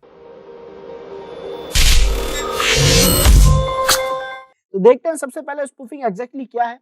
सो स्टूडेंट्स, स्पूफिंग है क्या? बेसिकली स्पूफिंग जो है वो है एक प्रोसेस जिसके अंदर हम क्या करते हैं, हम किसी भी सिस्टम की जो आइडेंटिटी होती है, जैसे उसका आईपी एड्रेस, उसका मैक एड्रेस, वो खुद रख लेते हैं। यानी हम कोई और होने का दावा दे रहे हैं, बेसिकली कोई और दिखा रहे हैं कि हम कोई और यूजर हैं। जैसे कि मैं आपको फोन लगा के कहूँ कि मैं XYZ पर्सन बोल रहा हूँ, जबकि मैं वो पर्सन नहीं हूँ, यानी मैं किसी और की आइडेंटिटी से आपको कॉल लगा रहा हूँ। तो कुछ उसी प्रोसेस को जब हम टेक्निकली यहाँ नेटवर्किंग में करते हैं तो उसको हम कहते हैं स्पूफिंग। यानी अगर हमारे पास एक सिस्टम है जो हमारा राउटर भी हो सकता है, जिसकी आईपी है 192.168.1.1। सो बेसिकली 192.168 इसको हम सही से लिख देते हैं एक बार, 192.168.1.1। तो ये जो हमारी आईपी है, अगर ये आईपी जो हमारे राउटर की आईपी है एक अटैकर आके खुद रख ले, देन क्या होगा? और इसकी दूसरी जो आइडेंटिटी होती है, जो कि होता है हमारे राउटर का मैक एड्रेस, वो भी अगर ये खुद रख ले तो क्या होगा? इस केस में होगा ये कि जितने भी सिस्टम इस राउटर से जुड़े थे, अब वो इस सिस्टम को, इस अटैकर सिस्टम को राउटर समझने लग जाएंगे, और जो भी डेटा ये सिस्टम एक्सेस कर रहे हैं, जो भी इनको इंटरनेट पे बात करनी है, वो सारा डेटा इसके थ्रू यहाँ से होके जाएगा। सो इसका मतलब ये जो सिस्टम है, ये जो अटैकर सिस्टम है, ये बन जाएगा एक राउटर, एंड इसके पास कंप्लीट एक्सेस होगा सारे नेटवर्क्स का, जो वो चलाना चाह रहे हैं। बेसिकली जो भी रिक्वेस्ट रिस्पॉन्स आ रही है, सबका कंट्रोल इस सिस्टम के पास आ जाएगा। तो इसको हम कहते हैं man in the middle attack. And ये जो हमने आइडेंटिटीज चुराई है, जैसे कि आईपी और मैक एड्रेस, इसको हम कहते हैं स्पूफिंग। सो यहाँ पे आज हम दो चीजें परफॉर्म करने वाले हैं, दो स्पूफिंग परफॉर्म करने वाले हैं। पहला है आईपी स्पूफिंग, दूसरा है मैक स्पूफिंग। सो ये दोनों स्पूफिंग आज हम यहाँ पे परफॉर्म करने वाले हैं। अच्छे से समझेगा होगा कि आईपी स्पूफिंग में क्या होगा कि हम किसी और की आईपी एड्रेस जो है वो चुरा लेंगे, एंड मैक स्पूफिंग में क्या होगा कि हम किसी का जो मैक एड्रेस है वो चुरा लेंगे। तो आइए देखते हैं इस चीज को परफॉर्म करते हैं। यहाँ पे सबसे पहले हम चलेंगे हमारी काली मशीन की तरफ। सो स्टूडेंट्स, काली मशीन के अंदर सबसे पहले तो हम हमारी जो वाईफाई स्टिक है इसको प्लग कर देंगे, बिकॉज वाईफाई नेटवर्क्स के अंदर ही हम बेसिकली आईपी या मैक स्पूफिंग करने वाले हैं। तो यहाँ पे हमने वाईफाई स्टिक को जैसे ही प्लग करेंगे, हमसे परमिशन मांगेगा कि कहाँ पे इसको यूज लेना है। तो हम यहाँ पे कनेक्ट वर्चुअल मशीन करेंगे, काली मशीन को सिलेक्ट करेंगे, अंदर ओके प्रेस कर देंगे। इससे क्या होगा, इससे जो वर्चुअल मशीन है वो सिलेक्ट कर लेगी उस हार्डवेयर डिवाइस को, यानी हमारी वाईफाई स्टिक अब काली लिनक्स के अंदर यूज आएगी इंस्टेड ऑफ हमारा विंडोज 10, है ना। तो यहाँ पे हम इस पर क्लिक कर देते हैं। जैसे ही हम क्लिक कर रहे हैं तो हम यहाँ पे देख सकते हैं कि यहाँ पे जल्द ही जितने भी वाईफाई नेटवर्क्स है वो शो होने लग गए। ओके, सो ऑलरेडी एक वाईफाई से कनेक्ट भी हो चुका है, हमारा WS क्रिप्टा के वाईफाई से कनेक्ट हो चुका है। तो अब हम करेंगे क्या, इस आईपी स्पूफिंग और मैक स्पूफिंग अटैक को परफॉर्म करने वाले हैं। सबसे पहले हम परफॉर्म करेंगे आईपी स्पूफिंग को। तो उसके लिए हमें हमारे नेटवर्क्स में जितने भी यूजर्स हैं उनकी आईपी पता होनी चाहिए, ताकि हम उसमें मैक स्पूफिंग या आईपी स्पूफिंग परफॉर्म कर सकें। तो हम यहाँ क्या करेंगे, सबसे पहले तो रूट परमिशन दे देंगे sudo su के जरिए। एंड रूट परमिशन देने के साथ साथ मैं डिस्प्ले को थोड़ा जूम कर लेता हूँ ताकि आप सभी को क्लियर विजिबल हो। एंड अब हम यहाँ पे लिखते हैं, सो यहाँ पे सबसे पहले हम लिखेंगे नेट डिस्कवर, जो कि बेसिकली क्या करेगा कि हमारे इंटरफेस में जितने भी नेटवर्क्स हैं उन सभी को डिस्कवर करके हमें यहाँ पे शो कर देगा। बट उससे पहले हमें एक बात ध्यान रखनी पड़ेगी यहाँ पे कि नेट डिस्कवर काम कैसे करेगा। उन नेटवर्क्स का इंफॉर्मेशन देगा, बेसिकली उन नेटवर्क को डिस्कवर करके यहाँ पे हमें शो करेगा जो हमारे नेटवर्क में जुड़े हुए है ना, उन सभी सिस्टम्स को यहाँ पे शो करेगा। सो अब हम यहाँ पे कमांड लिखेंगे जो कि है net discover. And net discover करेगा क्या, बेसिकली कि जितने भी सिस्टम्स सेम नेटवर्क में जुड़े हुए हैं उन सभी को यहाँ पे डिस्कवर करके शो कर देगा, उनके आईपी एड्रेस, उनके मैक एड्रेस, उनकी कुछ और डिटेल्स के साथ। बट यहाँ पे अब हमें एक चीज समझनी होगी कि केवल उन नेटवर्क को शो करेगा, उन सिस्टम्स को जो शो करेगा जो इस नेटवर्क में जुड़े हुए हैं, सेम नेटवर्क में जुड़े हुए हैं। तो यहाँ पे हमारा जो नेटवर्क है फिलहाल वर्चुअल नेटवर्क होगा, और जिस वाईफाई से हम जुड़े हुए, जिस वाईफाई से हमारे विंडोज 10 जुड़ा हुआ है वो होगा अलग नेटवर्क। तो उसके लिए हम सभी को क्या करना होगा, हम जाएंगे एडिट के अंदर, वर्चुअल नेटवर्क एडिटर में जाएंगे यहाँ पे, और इस एडिटर के जरिए हम करेंगे क्या कि इंटरफेस जो है वो चेंज करने की कोशिश करेंगे, ताकि हम वर्चुअल इंटरफेस से न जुड़े रहे, हम रियल हार्डवेयर इंटरफेस से जुड़ जाए। तो उसके लिए हम क्या करेंगे, यहाँ पे ब्रिज ऑप्शन सिलेक्ट हुआ हुआ है, आपको क्या करना है, ब्रिज में जाना है। यहाँ पे ब्रिज 2 के अंदर आपको यहाँ पे सिलेक्ट करना है आपका जो भी इंटरफेस है, जो बेसिकली हार्डवेयर वाईफाई स्टिक है, जो इसके अंदर इनबिल्ट आती है हमारे लैपटॉप के अंदर, आपको उस स्टिक को यूज लेना है। तो फिलहाल यहाँ पे जो मेरी वाईफाई स्टिक है वो ये है, मैंने इसको सिलेक्ट कर दिया। वाईफाई अडेप्टर जो है वो मैंने सिलेक्ट कर दिया है। एंड अब मैं यहाँ पे ओके कर दूंगा तो ये जो सेटिंग्स है अप्लाई हो जाएगी, और अप्लाई होने के बाद ओके इसको ओके सो सेटिंग्स अप्लाई हो गई है, और मैं यहाँ पे देख लूंगा बेसिकली कि मैं जो है उस नेटवर्क से जुड़ा हुआ हूँ इथरनेट से। भले ही वो बाहर जो है वो वायरलेस डिवाइस होगा, बट डायरेक्ट मैं यहाँ पे हार्डवेयर से ही जुड़ा हूँ। छो यहाँ पे इथरनेट शो होता, बट असल में मैं वाईफाई नेटवर्क से ही जुड़ा हुआ हूँ।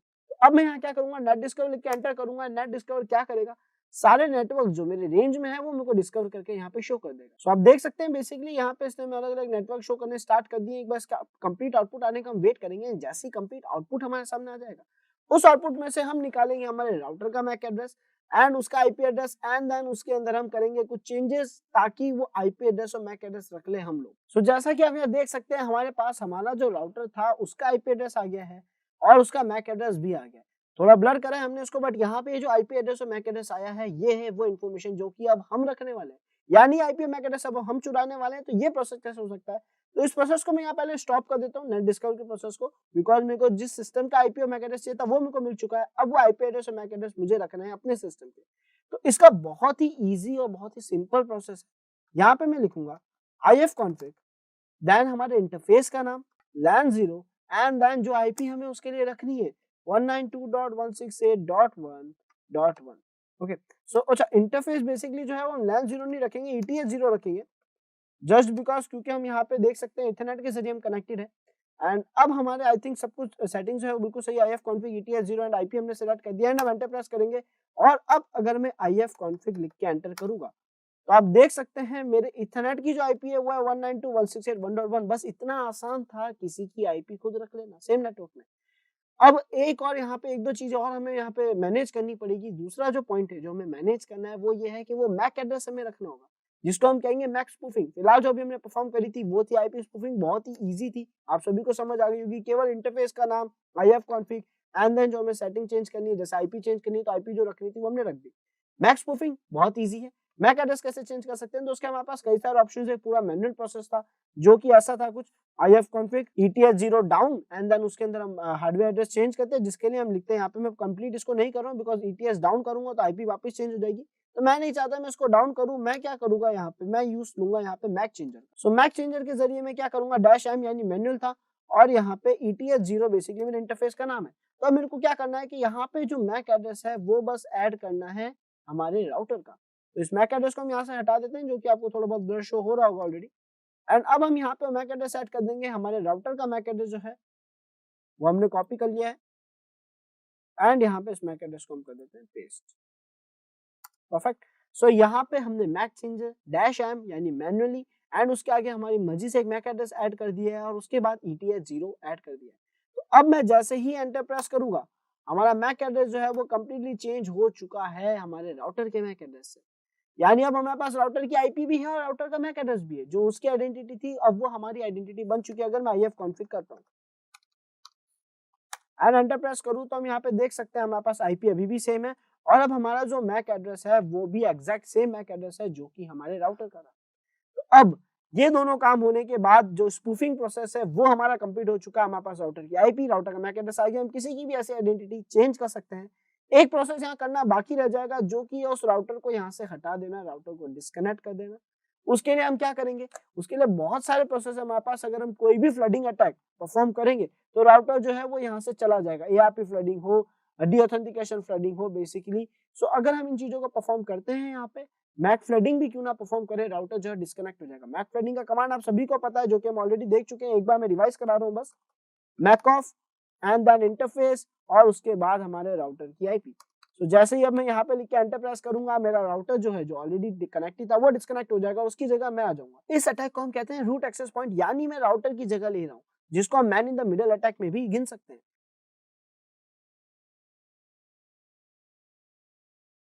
एक ऐसा अटैक जिसमें बेसिकली एक अटैकर दो सिस्टम्स के बीच में आ जाए और पूरा कंट्रोल रखें कि किसके पास क्या डेटा मूव होना है। इस अटैक को हम कहते हैं man in the middle attack, MITM। और ये अटैक बहुत ही डेंजरस है, इसके बारे में आप जानना चाहते हैं कैसे काम करता है, कैसे इसको यूज करा जाता है एंड इससे कैसे बचा जाए। साथ ही साथ इस वीडियो में भी इससे रिलेटेड पॉइंट्स है, तो ध्यान से देखिएगा इस वीडियो को। आखिर क्यों हमें ओपन या पब्लिक वाईफाई में जुड़ने से मना करा जाता है, या फिर क्या ये सच है कि जो वाईफाई में हम जुड़ते हैं या किसी भी पब्लिक वाईफाई में जब हम जुड़ते हैं तो एक ब्लैक कैट हैकर हमारा कंप्लीट डेटा चुरा सकता है, और अगर ऐसा है तो ये कैसे पॉसिबल हो सकता है। तो आइए देखते हैं इस कंप्लीट प्रोसेस को, किस तरीके से एक ब्लैक कैट हैकर आपके वाईफाई में जुड़ के कंप्लीट कंट्रोल रख सकता है कि आपके इंटरनेट पे चलाएंगे।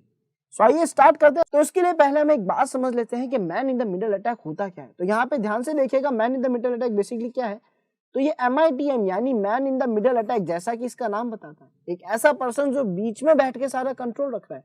यानी एक डिवाइस से दूसरे डिवाइस के बीच में जो भी इंफॉर्मेशन शेयर हो रही थी उस इंफॉर्मेशन के बीच में अब यहाँ पे आ गया एक पर्सन, एक ब्लैक हैट हैकर, जो कि पूरी नजर रखता है इस डेटा पे, पूरा कंट्रोल रख सकता है, सब कुछ बेसिकली इसके अंडर हो जाता है यहाँ पे। सो अब जो बातचीत होगी वो यहाँ से होगी, इंस्टेड ऑफ ये जो पहले कनेक्शन हो रहा था इसको हटा दिया जाएगा। तो बेसिकली अब जो कनेक्शन स्टैब्लिश होगा कि ये जो हमारा सिस्टम ए है ये बात करने के लिए अटैकर के जरिए भेजेगा अपना पैकेट राउटर पे। सो यहाँ पे मैन इन द मिडल होता है ये अटैक, एंड अब हम क्या करने वाले हैं, इसी अटैक को परफॉर्म करने वाले हैं। यानी इस पर्सन के पास पूरा राइट है, पूरा सारी चीजें देख सकता है कि ये क्या चला रहा है और ये कंट्रोल भी कर सकता है। बिकॉज जब रिस्पॉन्स भी आएगी, जब हमारा राउटर रिस्पॉन्स देगा कि उसको कौन सी वेबसाइट क्या चीज ओपन करनी है, तो उस वक्त भी इसके कंट्रोल में रहेगा। तो ये चाहे तो अपने मन से कोई एडिटेड या मॉडिफाइड रिस्पॉन्स भेज सकता है।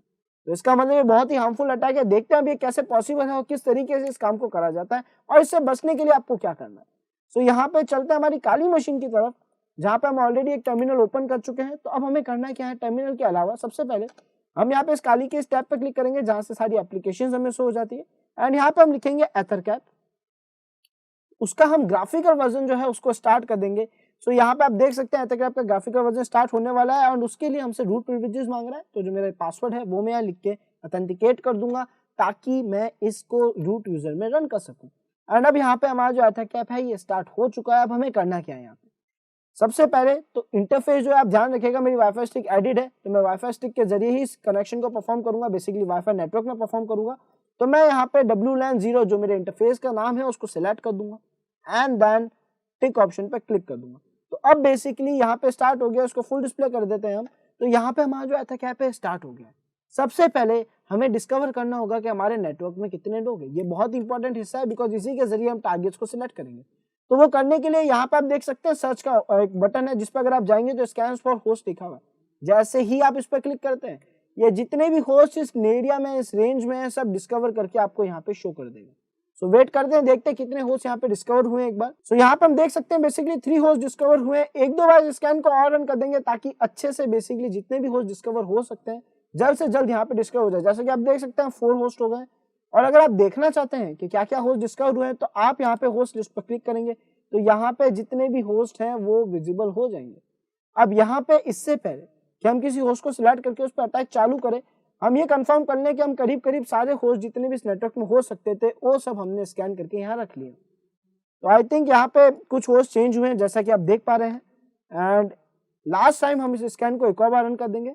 Okay perfect. सो आप देख सकते हैं यहाँ पे काफी सारे होस्ट हमारे ऐड हो गए। अब इन होस्ट से हमें बेसिकली कनेक्शन एस्टेब्लिश करना है इन होस्ट के और राउटर के बीच में। तो राउटर कौन है हमारा, तो हम देख सकते हैं 192.168.1.1 ये हमारा डिफॉल्ट गेटवे जिसके बारे में हम स्टार्टिंग से समझते हैं। तो 192.168.1.1 जो है ये हमारा डिफॉल्ट गेटवे एंड इसी के जरिए अब हमारे इस राउटर के और जो हमारा टारगेट इनके बीच में हम आके परफॉर्म करेंगे man in the middle attack. तो हम एक विक्टिम को सिलेक्ट कर देते हैं। सबसे पहले हमने राउटर को सिलेक्ट कर दिया, इसको हम डाल देते हैं टारगेट 1 में, एंड देन अब जो हमारा यूजर था जिसके बीच में एक और आना था तो उसमें हम कर देते हैं 192.168.1.76 यूजर को। सो अब ये जो हमारा है 192.168.1.76 इसको हम सिलेक्ट करेंगे एज हमारा सेकंड टारगेट। तो यहाँ पे ऐड टू टारगेट पे मैं जैसे ही क्लिक करता हूँ तो आप देख सकते हैं ये हो गया सेकंड टारगेट, एंड 192.168.1.1 जो कि था हमारा राउटर वो हो गया फर्स्ट टारगेट। अब हमने दोनों टारगेट्स को सिलेक्ट कर दिया, इनके बीच में बेसिकली हम सारा इंटरसेप्शन करने वाले हैं। तो अब हम क्या करेंगे, यहाँ पे man in the middle attacks के जो फंक्शंस उस पर क्लिक करेंगे और ARP पॉइजनिंग पे क्लिक कर देंगे। एंड जैसे हम ARP पॉइजनिंग पे क्लिक करेंगे तो यहाँ पे स्निफिंग रिमोट कनेक्शन का ऑप्शन आ रहा है, हम इसको टिक रहने देंगे एंड ओके करेंगे। सो अब यहाँ पे जो हमारी पॉइजनिंग है वो स्टार्ट हो चुकी है और man in the middle attack जो है वो सक्सेसफुली परफॉर्म हो चुका है। बट हमें कैसे कंफर्म होगा, तो ये कंफर्म करने के लिए हम क्या करेंगे, एक न्यू टैब खोलेंगे जो हमारा रूट ऑलरेडी बेसिकली टर्मिनल खुला हुआ है, उस टर्मिनल में जाएंगे एंड टर्मिनल में जाके हम यहाँ पे लिखेंगे URL snaf एंड देन यहाँ पे -i for interface basically, and यहाँ पे WLAN 0 हमारे इंटरफेस का नाम लिख के हम एंटर प्रेस कर देंगे। तो हमने यहाँ पे क्या लिखा है URL snaf -i, बेसिकली ये एक ऐसा पैकेट है, एक ऐसा टूल है जो हमारे काम आता है नेटवर्क को इंटरसेप्ट करने में। तो जो भी नेटवर्क का इंटरसेप्शन हो रहा है वो यहाँ पे शो करेगा। बेसिकली मेरे को ये -i के जरिए मैंने इंटरफेस बता दिया है किस डिवाइस के जरिए काम को करना है जो कि LAN 0, एंड देन जैसे ही मैं एंटर प्रेस करूंगा तो यहाँ पे ये लिस्टिंग चालू कर देगा और अब ये यूजर कुछ भी अगर चलाएगा तो वो यहाँ पे हम देख सकते हैं। सो यहाँ पे आप देख सकते हैं बेसिकली अब जैसे ही वो यूजर जो भी वेबसाइट चला रहा है, जैसा अगर हम यहाँ देखें तो MSF connect basically connection establish हो गया है यहाँ पे, एंड यहाँ पे test.php.1 यानी वेबसाइट जो है वो रिलोड करी गई है यूजर के द्वारा। सो बेसिकली इसी तरीके से यूजर की जो बाकी की डिटेल्स है, जो ब्राउजर यूज कर रहा है, जो सिस्टम डिटेल्स है, वो सब मेरे को यहाँ पे इजीली प्रिंट हो रही है। तो इस तरीके से man in the mid attack को परफॉर्म करा जाता है। उम्मीद आज का वीडियो आपको पसंद आया होगा और सारी चीजें समझ आ गई होगी। सो मिलते हैं नेक्स्ट वीडियो में। टिल देन अगर आपने लाइक शेयर और सब्सक्राइब नहीं करा है तो अभी कर लीजिए। Thank you.